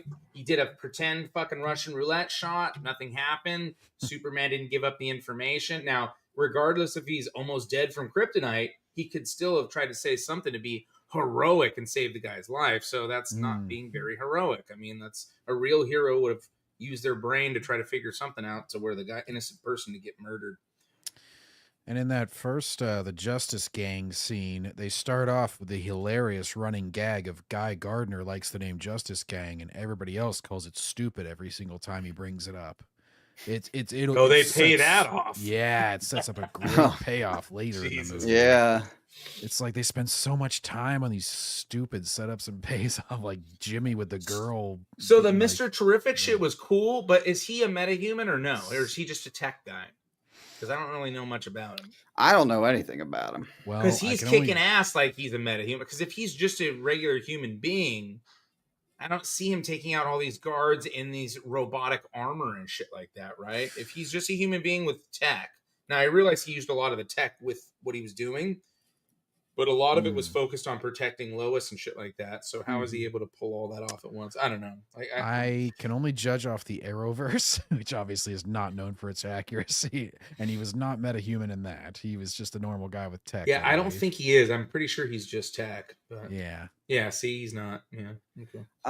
So this is the scene I was talking. So you'd think like you would build to your captor turning on your side or something, your reluctant captor, but no, Luthor just shoots the guy in the head, and then this guy feels guilty about it, and then I think he cries too, right? Metamorpho, wasn't he crying after it happened too? I think so. He cries, Lex cries, Superman cries. Like Jimmy Olsen, the cuck, is the only. Well, I guess he's not a cuck now, but he's the only one that didn't cry in this fucking movie. Yeah. And this is like, what's his plan here? Just have Metamorpho stay in the cell with him forever?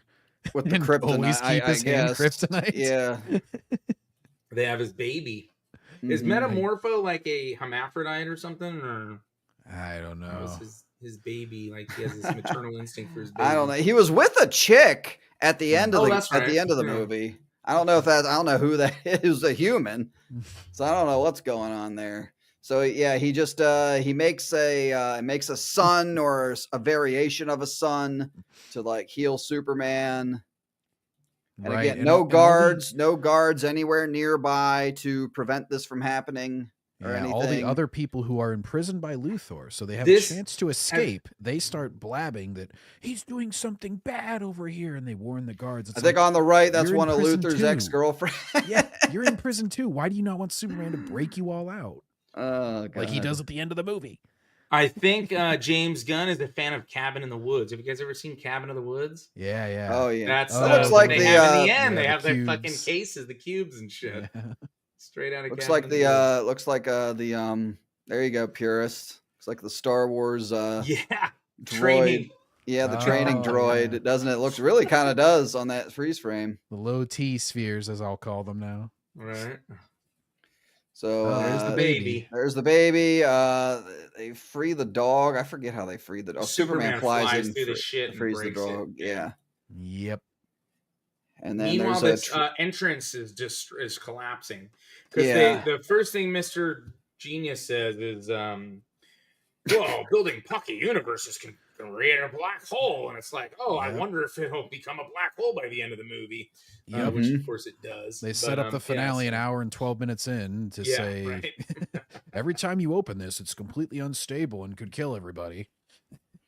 So make sure you have like a race against time Mm. to rescue the baby, get out before the gate closes. You know, got to tell a couple jokes in here in the meantime. You know, because it's James Gunn shenanigans with the dog. So like there's the Yeah. dog. There's Crypto destroying all of This all is of the Mr. setup for the Terrific's. finale. It's like Yeah. really important. This part right here. Crypto's eating the Mr. Terrific, fucking whatever they are, orbs. Oh, yeah, because they're balls. Because Yeah. dogs Fetch. chase Fetch. balls. Get Yeah. the Fetch. toy that Crypto. comes into that comes Toy. into effect again later. That's very important in the ending Yeah. because Crypto saves the day. No, there's Takes Crypto both. won't get off Dog. Lois's lap when she's trying to fly the ship. Oh yeah, flying the ship. Yep, that's what I wanted to bring up. So Lois is flying. Now, if we were watching the Kenobi show, which like we did, right? Or if we were watching the Unfortunately. Wokalite, we all of the professional YouTubers and big shots out there would be calling it woke. And how is Ocean electrician? Why is Leia an electrician? Well, how in the fuck can Lois Lane fly a fucking spaceship that she just got out of a garage with Mr. Terrific? But she knows how to do it. But this movie's not woke because it's not part of our talking points in our agenda. Mr. Terrific said it was easy. Oh, It it's does- easy. it Okay, does well, still- I guess that solves the problem. Yeah, there you go, yeah. Right out of that one, right? It still contradicts, though, because then later on, after she's already flown it all around, she can't fly it off the building. It drops and Yeah, but that was a kills it. joke, so it's a joke. Yeah, it's a so joke. it's It's okay. a roller It's a coaster joke. reference when you're at the top and it goes click, click, click, and then you fucking Yeah. drop down. Yeah. We had to Makes get a complete joke. It was getting a sense. little too Man of Steel. So we Mm. had to tell a joke. Yeah, because it's so dark, Man of Steel. So man. I think this is okay. So This is Jimmy talking. with Jimmy's talking to the Lex's- chick and she's like sending him the selfies, Oh yeah, and then she gets picked up and then they throw her in the pocket universe. And I think there's an actual line where one of the guards is like, he's like this is what you get for sending sexy selfies or something like that. I'm like, good lord. And they're like, yeah, so here are the selfies. And he's These are too the- stupid to figure it out. Lois figures it out, guys. Yep. Again, it's Lois, woke. yep, It's and so this is right here, chat. This is what exposes Lex Luthor's grand plan. All of these selfies are what exposes his grand plan. I think we're about to get to it here, right before the we get the Papa and Mama Kent. Oh yeah, now they sound like Chef and Hick. Oh, there, Clark. How are you doing? If you didn't know, we know we're in the Midwest. Yeah, this is the scene here. right here. This is the scene. I'm going to see if I can catch it. I'm going to let it play. I'm going to pause it a little bit of time. Because I was rolling when I saw this. So Lois is like, why does this chick like you? Yada, yada, yada. Yeah. And then, wait a minute. Wait a minute. Oh, look, guys, look. There you go. Luther's grand plan to split the country in half, and he's going to get half of the country that they're fighting. Oh, that's another thing. They're fighting this, that country where that president is. They're fighting a war in the country. Superman went over there and stopped it. And with him in prison, they can go and continue the war. And then he's going to basically give Luther half the country. And this is how it's exposed. This is great writing. This is Dude, how we Lois get is a Luthor too, because he's genius, been guys. sending like $78 billion or something look. to this She's a country. genius. Yeah. And the U.S. doesn't want to get involved because they've sent a bunch of billions of dollars of arms to whatever-istan. Some country in the Middle East. Yeah. So now we're gearing up for the finale. Cute dog scene, Bar? playing with the cows. Then you get the Papa Kent speech. I think we all knew that this was coming at a It's the certain point. emotional You get payoff one. of all those Yeah. Papa Kent scenes we've been getting, guys. It's their relationship is so well established. I'm glad that they finally paid it off with this. Meanwhile, Papa Ken, like, basically sounds like he can't even remember Lois's name, and he's just kind of like, well, I don't know what's going on, son, but I'm proud of you. So here we go. They're holding up a Superman. This is what, 48 hours since the world turned against him. Now they're holding up Superman flags. Everyone in the world, everyone forgives him. And he actually doesn't even go there. He goes to Metropolis because this is the citywide evacuation that we talked about earlier.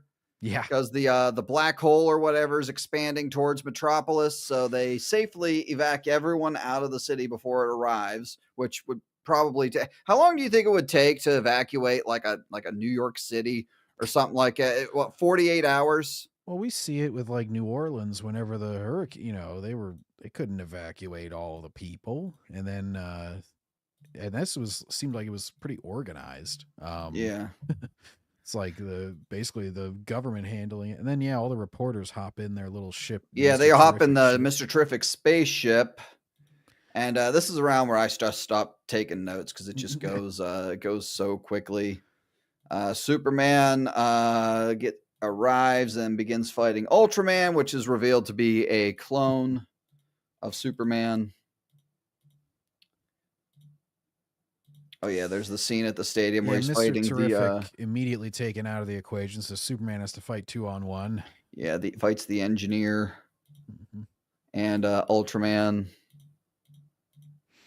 Which I was kind of like, oh, this is actually a decently like choreographed fight scene and everything. And I'm like, I wish that there was some sort of setup or like development for anybody involved in it, because it's just the MCU formula again. It all culminates with a big epic fight at the end. This one actually had to. Well, actually, you didn't really get much from the Justice Gang over at the in the Middle East, or wherever the hell they were. You just got like a couple of scenes.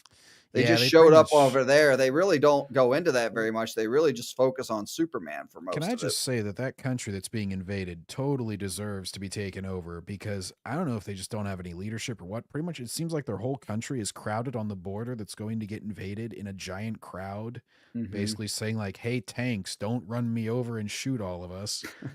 Like, they're pretty much cattle to the slaughter, idiots, instead of like, hey guys, maybe make some trenches, maybe like go back to a city, get some rocket launchers from Trump or something. Yeah. So the engineer is like, in this, she's trying to like fill Superman's lungs with her, like, was it liquid metal or whatever the fuck it was? I don't remember. Yeah, she does her, I think she's like nanotech or some shit. Yeah. She's always turning into clouds and everything, and he like flies up to basically do like a giant like body slam himself down on the planet to like, and I think that kills her, doesn't it? Or she's unconscious. No, I think they make said. a note. Yes, she's alive but unconscious. Yeah. This is where Lex is like, what the fuck? How did he escape the prison? How did he get out? Well, that was earlier, because that's when I had a girlfriend full. runs Yeah, off that's crying. true. That's true. Yeah, but still, now he's that's just a like, good. what? How is he alive? Like what the fuck? I had a foolproof plan. But which why he didn't again, just have her. We're still radioing in like A4. Oh, C6, yeah. you sunk my battleship. Yep. You know, like they're still doing that shit. And this is where the reveal is, I believe, or it's Oh, coming. Yeah, because Ultraman's Yeah, there he still is. He has his okay. mask off. Yeah, mask off moment. So this fight was like, okay, they're about to shoot the little kid, and then So what they do There for he the is. Green Lantern, he Jerk uses his face. ring, and the fucking shit that pops out of the ground are middle fingers, like flipping everyone. I off and noticed shit. that. Yeah, So yeah, Green Lantern. that's okay humor, right? Like I don't mind that. It doesn't really take away from him fucking those people up or anything like that. Like that's perfectly fine over all the other James Gunn No, humor. Guy Gardner, he kind of acts like that. I think from what I know of the comics, he's I'm not sort of familiar. like, I only know Hal Jordan and a little bit of John Stewart, right? because I believe Guy Gardner was around whenever it was Death of Superman, and I remember he was always kind of like rebellious against the Boy Scout kind of thing. Just for is he in that era? I think don't that's remember him. It has a Maybe similar look, whatever Green Lantern it is there. I'm pretty sure that's him. I was only reading that event, so I was kind of jumping in, but I'm pretty sure it's Guy Gardner. But and then Metamorpho joins the Justice Gang. He joins there. There's that president, and Hawkgirl comes and picks him up. And he's like, "You won't kill me." And she's like, "Oh yeah," and she just drops him. That's the end of him. Okay, that looks like Isabella Merced there. Yeah. That looks like her. That's whenever she's not reeing at him. Yeah. So there's Lex calling the fight, fighting his clone. He kind of does in some of these shots with the Ultraman haircut. He kind of looks like the Temu Han Solo that Disney tried. That was in what's it called? Ironheart recently. I guess, yeah. So this is where he shoots this where I missed it, but he shoots him in the eyes with laser eyes. That's why his eyes turn red like that. It goes away pretty quick, but I guess the sun healed him. Luthor tries to put his character into a speech. Because he's talking to Superman through Ultraman, and he's like, I'm very arrogant, but also I suffer from, all these complexes. And it's like, Crypto comes in, saves the day. I'm smarter than you, Lex. Brain over brawn. In other words, I have an animal that can also attack. That's apparently the brain. Luthor has these little drones that are around, which is how he's monitoring the fight. And he tells Crypto to, get the toy, Crypto. And he goes in and he destroys all the drone cameras. And that goes right back to that, Pocket Universe. Okay, well, there you go. I guess that guy should be dead, right? He's a human. I guess these are people then. The Raptors. Yeah, I guess they are human then, because there's a guy getting his teeth knocked out. And this was really goofy. Like, I'm gonna let some of this play. Like, they like spin. All like look jump. At that. People are dying here, dude. Like none of these. Yeah. He's gonna make sure nobody died from that. They're fucking landing on cars. And he's shit. Like Cyclops. He's only opening his eyes a little bit. Right here, like they're all like just jumping on him. It looks so good. Like look at it. It looks so goofy. They're in a giant ball. And everything. This is like now that we've had him get his ass kicked for 90% of the movie, we have to have him have a badass scene, guys. Pretty much. And here it is. He sees we missed it. He saw the debris coming and he let it go, and then fucking Ultraman gets thrown into the black hole and dies. I mean, if you get sucked into a black hole, you don't live.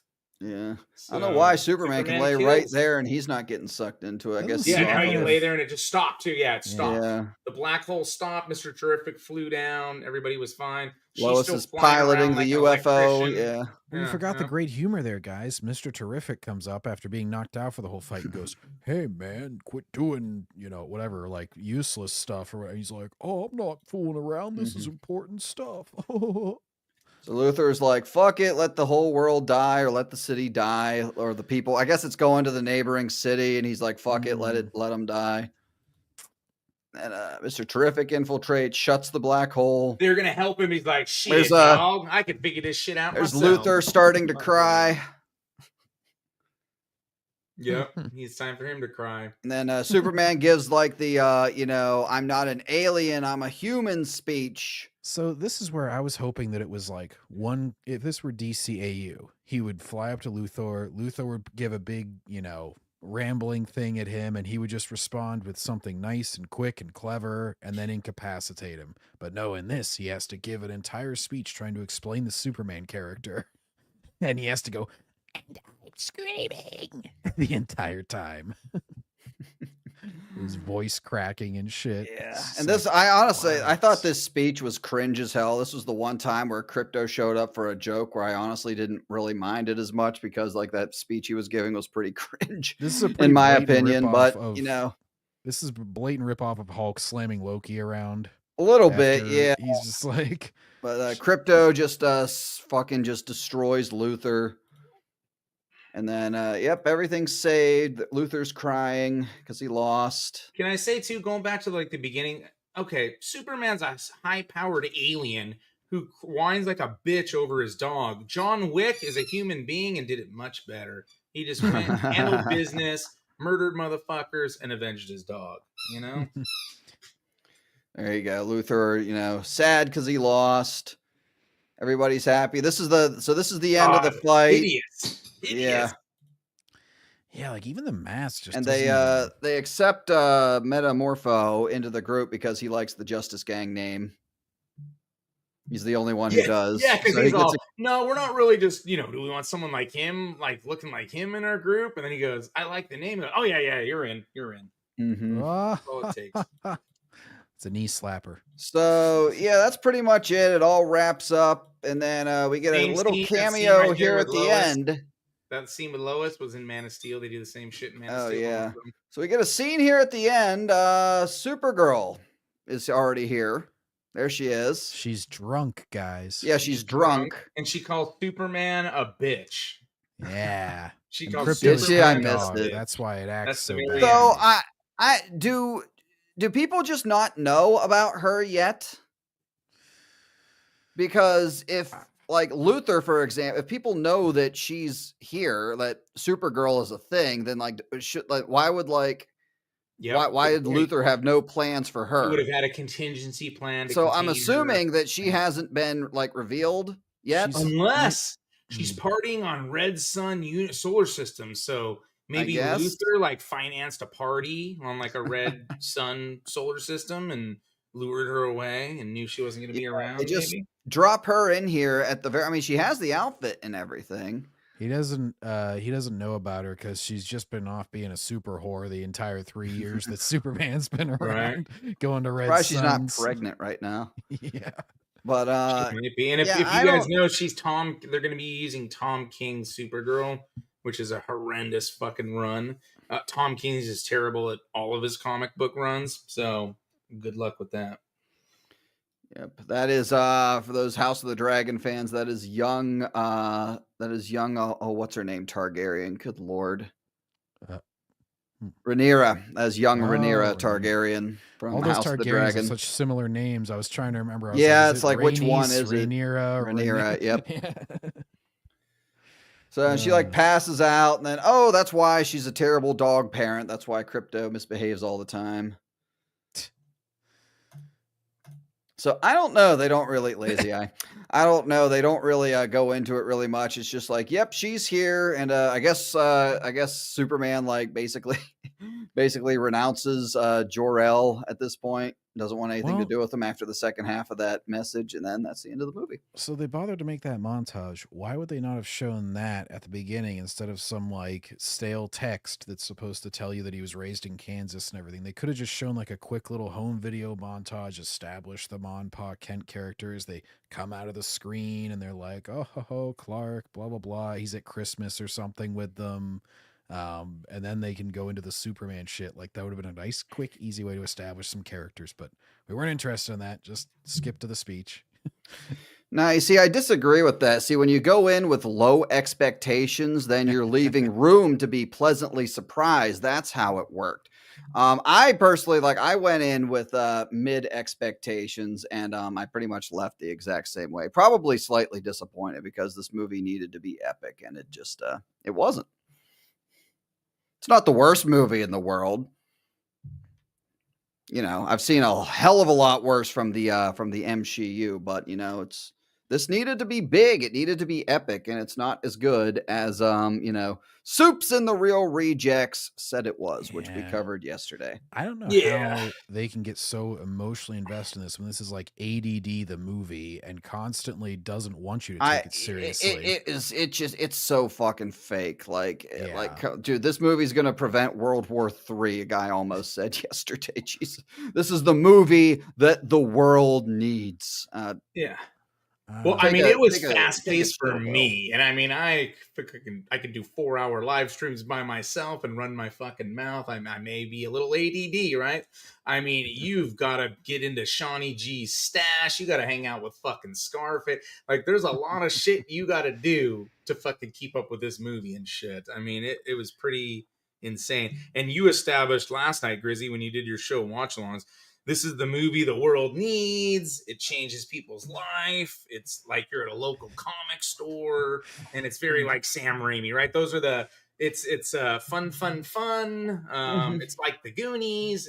There's Neil laugh, right? Those are the talking points, and you see them all throughout. And look, I know there's probably people watching who like, if you like this, that's fine. I'm not here to tell you fine. not It's to just like not- it. Yeah, I'm not here to tell you not to not like it. I'm not here to say I think I need to re-explain the definition of the word shill, because a lot of people, I don't know why, a lot of people took me like ripping on like the freaking people that went to the premiere, got invited to the premiere, got to interview James Gunn, and kind of took it personally, like that me ripping on them, like me ripping on those guys was me ripping on you just simply because you liked the movie. Hell, even if you loved the movie, there's a big difference between being a shill and just liking the movie. Like, trust me. And we got into that yesterday. Like, if you like the movie, that's fine. I'm not here to change your mind or anything. I'm here to just tell you we're here to tell you our opinions and our experience with it. It's when you go out of your way to overpraise, overhype, completely sell out for the movie, like the people we talked about yesterday. Okay, and when you're gonna cry every time you bring it up, shill. yeah, That's that's being a a shill. Fake That is cry every being time a you shill. We remember. might rip on you. We might tell some jokes. Be like, how the fuck could you like this? But like, at the end of the day, like, that's your opinion. That's your opinion. I know if you like the movie, you want us to like it too. I get that, wanting other people to like things that you like, but bro, just coming in here and being honest. A lot of people like took like me rip, like, I don't know why, like, we rip on the shills over there on that channel. That's what we do. We rip on the shills. And if you agree with them on a certain thing, I guess that's fine. But like, don't don't take it personal. If I'm ripping on them, it's not the same as ripping on you. Now, if you're going on social media and saying that this movie is life-changing, that this is the movie the world needs right now, it's 10 out of 10, and glazing it with the hopes of getting noticed by James Gunn and these people, so you can get invited to things, which is what all of these people were doing. Like, I don't think, like, the guy who said that it's a 98.99 worthy on Metacritic, and like they say it's life change. I don't think they actually mean that. I don't think that they were actually crying hours after that they saw the movie. I think it was all staged. I think it was all so they could get noticed. I think it's so they could get invited. This is the first movie of the DCEU. They want to be the go-to influencers that they call for all of these events and everything. And they want to get invited back. And it's being called out by a lot of people. I kind of preface saying like, hey, I unapologetically like Man of Steel. I don't think you guys like it more than anyone else, right? I don't really like it. I didn't really. Somebody else like it. I had a very similar. I had a very similar, like, walking out after I saw Man of Steel. I felt very similar to that than I feel to this. Like, it just, I don't, again, it's like I didn't hate it. It's just like, didn't really do a whole lot. Exactly. I might have to give it another watch, because I only saw it. It was just, I had no motivation to ever go back and watch it, and I only saw it once. And it's the same thing with this. Like, it's, it's not the worst. It's not the worst piece of shit in the world. I'm right down the middle with it, 5 out of 10. But it's not good enough for it's not good enough for what James Gunn was promising. It's not good enough for launching the DC cinematic universe. It's not good enough. Yeah, And he I tried think to Gunn, run before he walked. He yeah, should have just made this movie and shut the fuck up instead of announcing 10 movies. Like, I think, like, I like Slither. I think Brightburn, even though it's said that his brother or whoever made it, we know it's a James Gunn movie, right? Pretty much. Like, I think he should have done like Swamp Thing, right? He should have hired a competent like Matthew Vaughn or somebody like, or Edgar Wright or somebody that's like a good director, solid director. Have them done a Superman movie, and he should have done Swamp Thing, made it rated R, and have two kind of things going. Because if you remember, like when the MCU started, they started doing the Marvel Knight shit, right? So they did Punisher Warzone and Ghost Rider Spirit of Vengeance, and then they also did Iron Man. If Iron Man would have failed, they probably would have kept doing the Marvel Knight shit too until something popped. But then Iron Man popped, and then they just kept rolling with the MCU, like, and and all this the other shit is got shit canned. nowhere near Iron Man one, no, the not at launch of all. the MCU, nowhere near as good as that. But I think you're And right. Like, it'll be better than Fantastic. I don't think Fantastic Four is going to be better than this movie, dude. There's no fucking yeah, way. I don't think so either. I think it'll be the best. I think it'll make a lot of money. I think it'll make money. I think it'll do well enough that they can claim victory, but I don't think it's going to break $1 billion. I don't even think it's going to break 600 million. Yeah, They're saying, I put that tweet up. They said it needs to make 900 million to be it's not spike the football worthy. I doubt they even hit that. I think the overall consensus is that it's mid.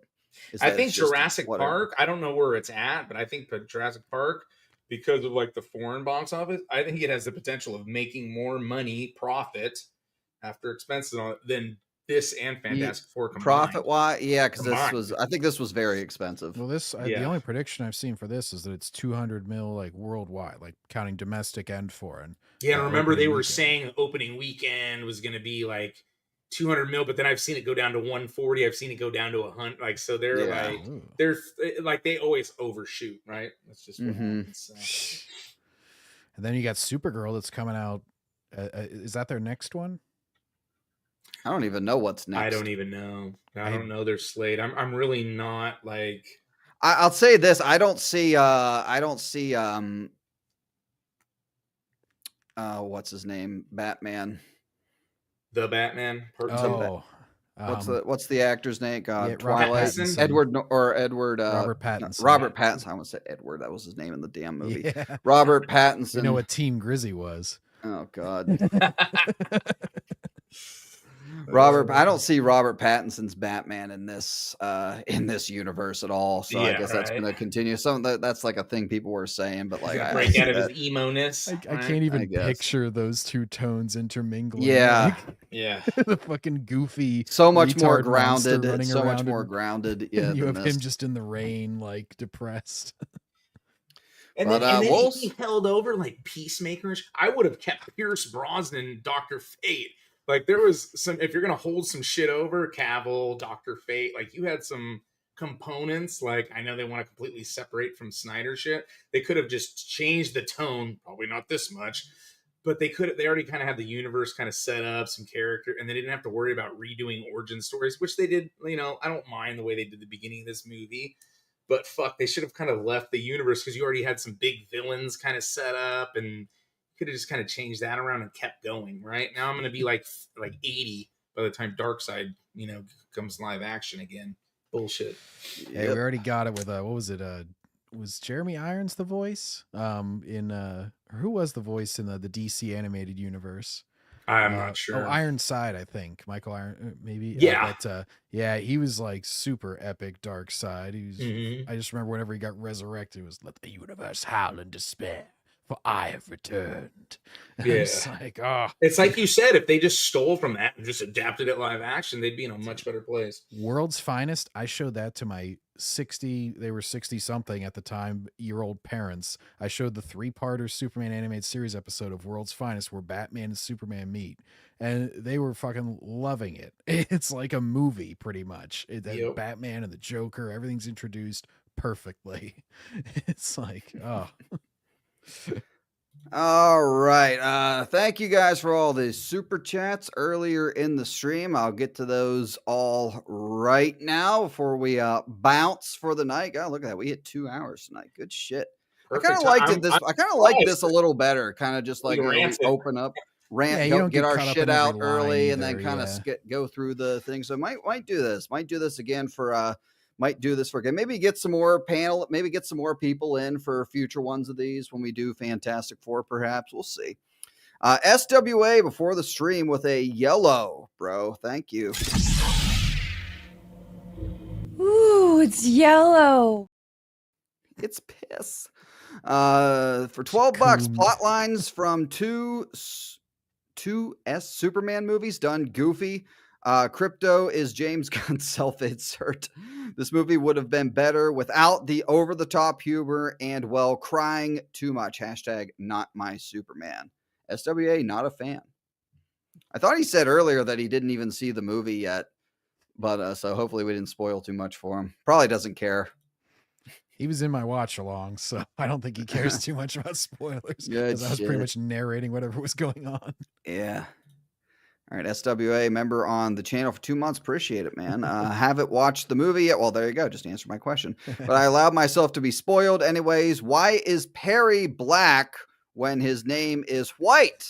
The pacing wasn't good. Well, I don't know. I guess that's a middle finger to the audience. They'll change his name. Be careful.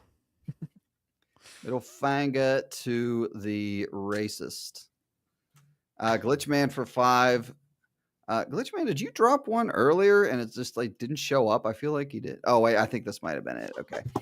I thought you might have had another one. Glitchman Omega for 5. What if a child dreamed of watching something other than what James Gunn had intended?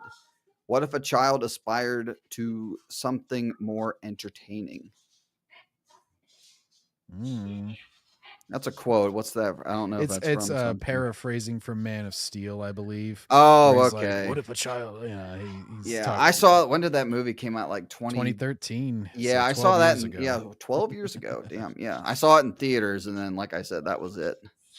Oh, S movies means Snyder movies. SWA is saying now. Oh, my bad, you guys. My bad. He was probably trying to limit his characters for the super chat. Yeah, I've been. Yeah, I thought it was. I thought S was for Superman. Thank you, Glitchman, for the 5. SWA for another 10, man. Dropping the yellows tonight. Thank you, man. Appreciate it. Yellow? Yellow. James Gunn should have done Booster Gold starring Chris Pratt. Also regarding Superman's origin, if that's the case, he should have made a Justice League God and Monsters Elseworlds movie. That the Booster Gold would have fit his tone a lot better because he's humorous. He's sort of a joke of a hero because he's coming from the future. He's only coming in the past so he can be heroic because he's just got regular technology in his time. We're done right now, oh. 2 hours exactly. Like I said, 2:06. Pierce forgot to mute himself. Catching a purist screaming at his wife. Oh, did you fucking hear me? I thought I was on mute. No, that's what I said. I wasn't screaming. I was like, don't say anything too bad. Nah. It's okay. It's far from the worst thing we could have heard. Anyways. Yeah. All right. Thank you, SWA, for the 10. Glitchman for 2. Tell me, Gun, does your wallet bleed? It will. They're just doing now that one I remember. That's a BBS. Oh, yeah. shit. I hated that movie. Jake Tamon for 2. I hated this movie. Not gonna lie. Corn Sweat wasted. Man of Steel is better. See, I feel like he was. I don't know about his performance now. The more I think about it, yeah. I don't know. It's kind of like I blame Gunn more than I blame Corn Sweat. He had the look, and I think that won me over initially. And then thinking about the way he talks, I'm kind of like, is that really Superman? I don't know. This movie was at Lion Main Man for $5. This movie was ass. Put your reviews in for this movie so we can teach DC a lesson. Is he encouraging review bombing? I believe that came in around when we were doing Rotten Tomatoes.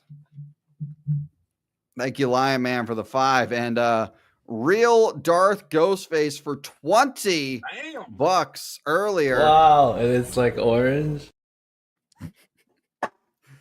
It's like orange, man. Okay, here we go. Warning. McFrozen Nuggets, the closeted Ray lover who tried to deplatform Darth Melvin, Brandon the Awesome, and the Gatekeepers Alliance, is in the chat right now. Be aware he is a snake and is not on our side.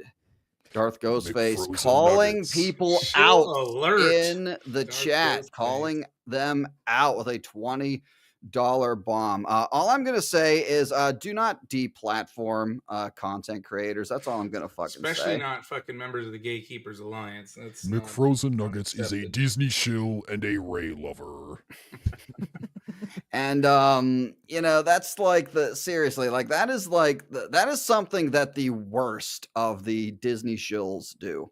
Like the worst of the fucking Disney shills do that shit. And I don't think that you want to be known for doing something like And besides, Jeremy thinks Darth Melvin is funny as fuck. So, I mean, there's no complaint there. Can't win in the court of public opinion, so I'll if try Jeremy to silence says them. it, McNuggets should accept it. that. I mean, that is a Molly Damon Soya Ku Klux Klan tactic. I don't think you want to, if you're really on our side, I don't think you want to be affiliated with those people. That's all I gotta say about it, really. Anybody else? Yeah, I mean, there's things I could try to deplatform. I would never do that. That's bitch made shill. It's so easy to not see shit. Yeah. Like, just say block, ignore. I don't want to see this YouTube. It's very easy. Just avoid it. SWA for 2, comic book franchise purist. Yeah.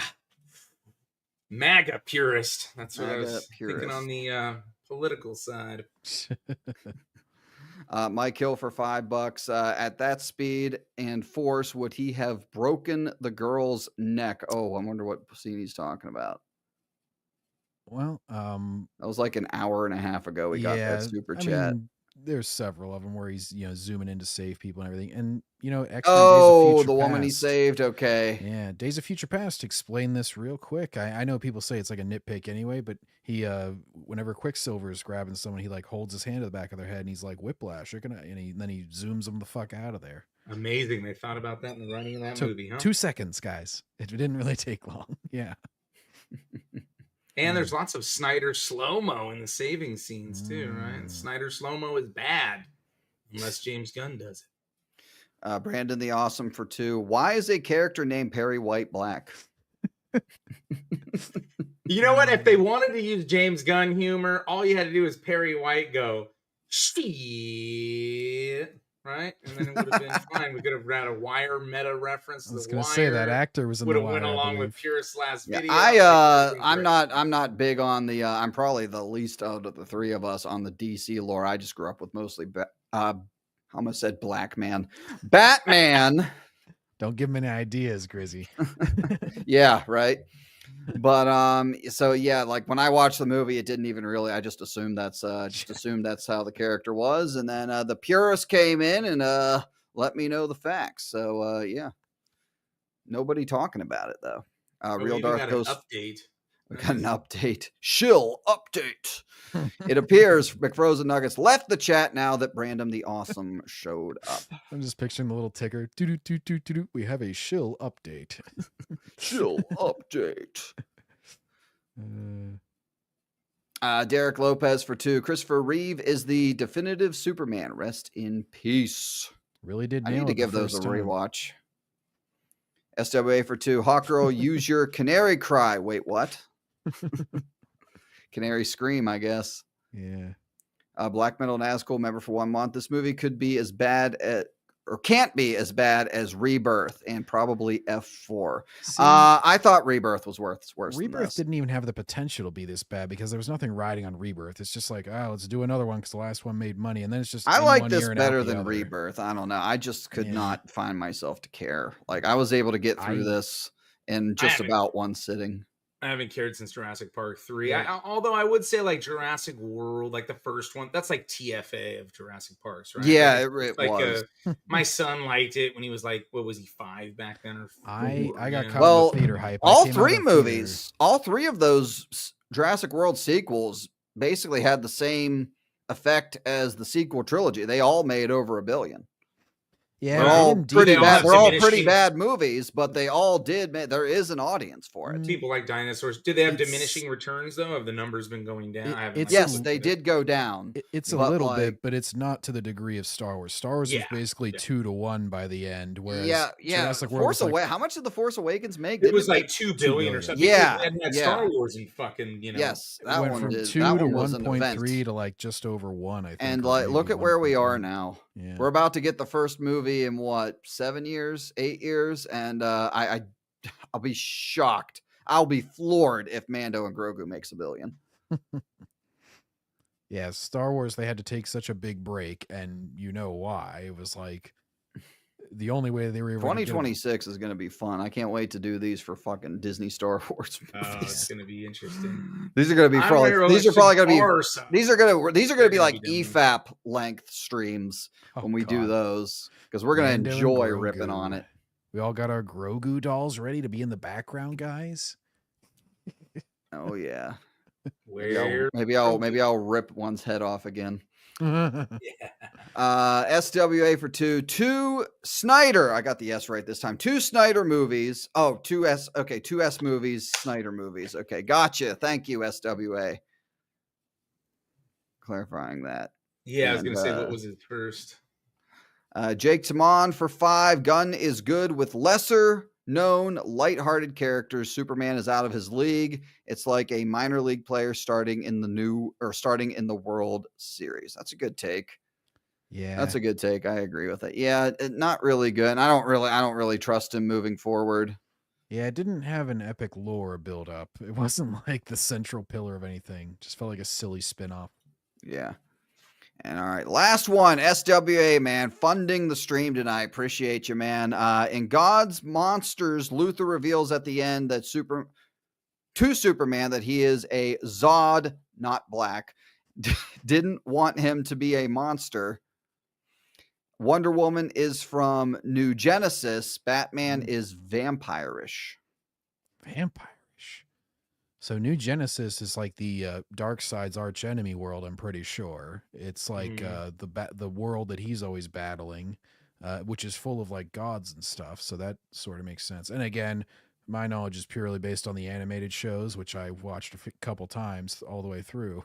But yeah, that's a out there story for sure. Yeah. All right, and that's everything, you guys. That is our review and breakdown of I think that's probably the best one of these we ever did. Yeah, kept it tight. I think so. I think we really had wanted to do a little more than just the breakdown, especially since most of you probably haven't even seen it yet. So hope you guys. We got through it quick. I mean, considering we did almost an hour of ranting and just kind of flew through the summary in an hour.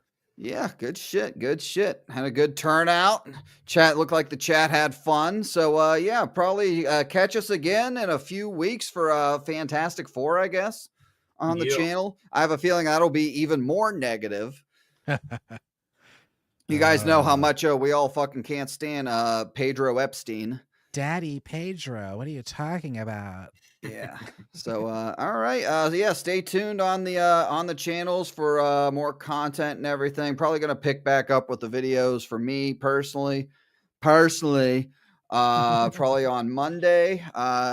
John, you got anything coming? Got some gaming or got some shit watch-alongs Well, going on over the weekend? I do have on order, and I believe I'll have it before the movie comes out. To be topical, I'm going to play the Fantastic Four: Rise of the Silver Surfer PS2 game. Oh, got shit. that coming on eBay, and then mainly just catching up on some stuff, and then I'm gonna start getting back into. I got about halfway through Jedi Eclipse, and then and so I'll be making a review for that one. As far that's the 5th New Jedi Order novel, yeah. And then I'll be probably jumping back because I've been told that there's some stuff that's going to pay off soon that I should get set up more as far as the EU goes. So I'll be going to do some Bantam era stuff after that. Good shit, Purist. You got anything coming up over the weekend? Dropped the the parroted video of John Boyega and Star Oh Wars. yeah, check Series that video out, by the shit way. about Boyega, and then he came up to his booth and kissed his ass. Now, people on Twitter are like, what do you want him to throw down? No. I mean, just be a man and hit him up about disrespecting fans. You're supposed to be the baton carrier for Star Wars, you know? Or at the So very least, don't be a kiss ass. yeah, don't give him a free At the very lightsaber, least. right? You know, so but yeah, check that video out. Did some good editing on that, and then we have Darth Plagiarism episode 3. I wanted to drop it tomorrow, but I did not get a chance to work on it today, so it may come out on Saturday. That's a series we have when Theory likes to, when he made his lore videos, he reads off the Wikipedia and we expose that shit. So that's coming out, and then some lore stuff. And then I do plan on having John Getz right here, along with OG Star Wars and Star Wars Scran, probably in the next 2 weeks on for Pure Unadulterated Star Wars. We're going to cover Hero's Trial, which is book 4 of the New Jedi Order, because we do like massive deep dives on them with different guests. And on deck, it's John, Alora, OG Star Wars from the Gatekeepers Alliance, and Star Wars Scran. So we'll be doing that. And then otherwise, just Monday live streams. 9. I've been kind of starting at 9 p.m. instead of 8 now, just so it's the same time. And then just, real life work shit. So 9 o'clock, we've been pretty consistent on that. So yeah, catch us there. And, and I'll be back here for Fantastic Four. Sounds good. Yeah, looking forward to it. Maybe we'll reach out. Maybe we'll expand a little bit, get a little bit bigger of a panel for that. I kind of like the more the merrier with these, but yeah, I'll have everybody back for that. All right, thanks for tuning in, guys. Members on the main channel.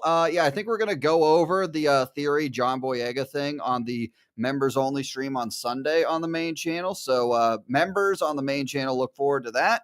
And we got some content coming up next week. So thanks for tuning in, guys. And we will see you all when we see you next, man. Later. Later.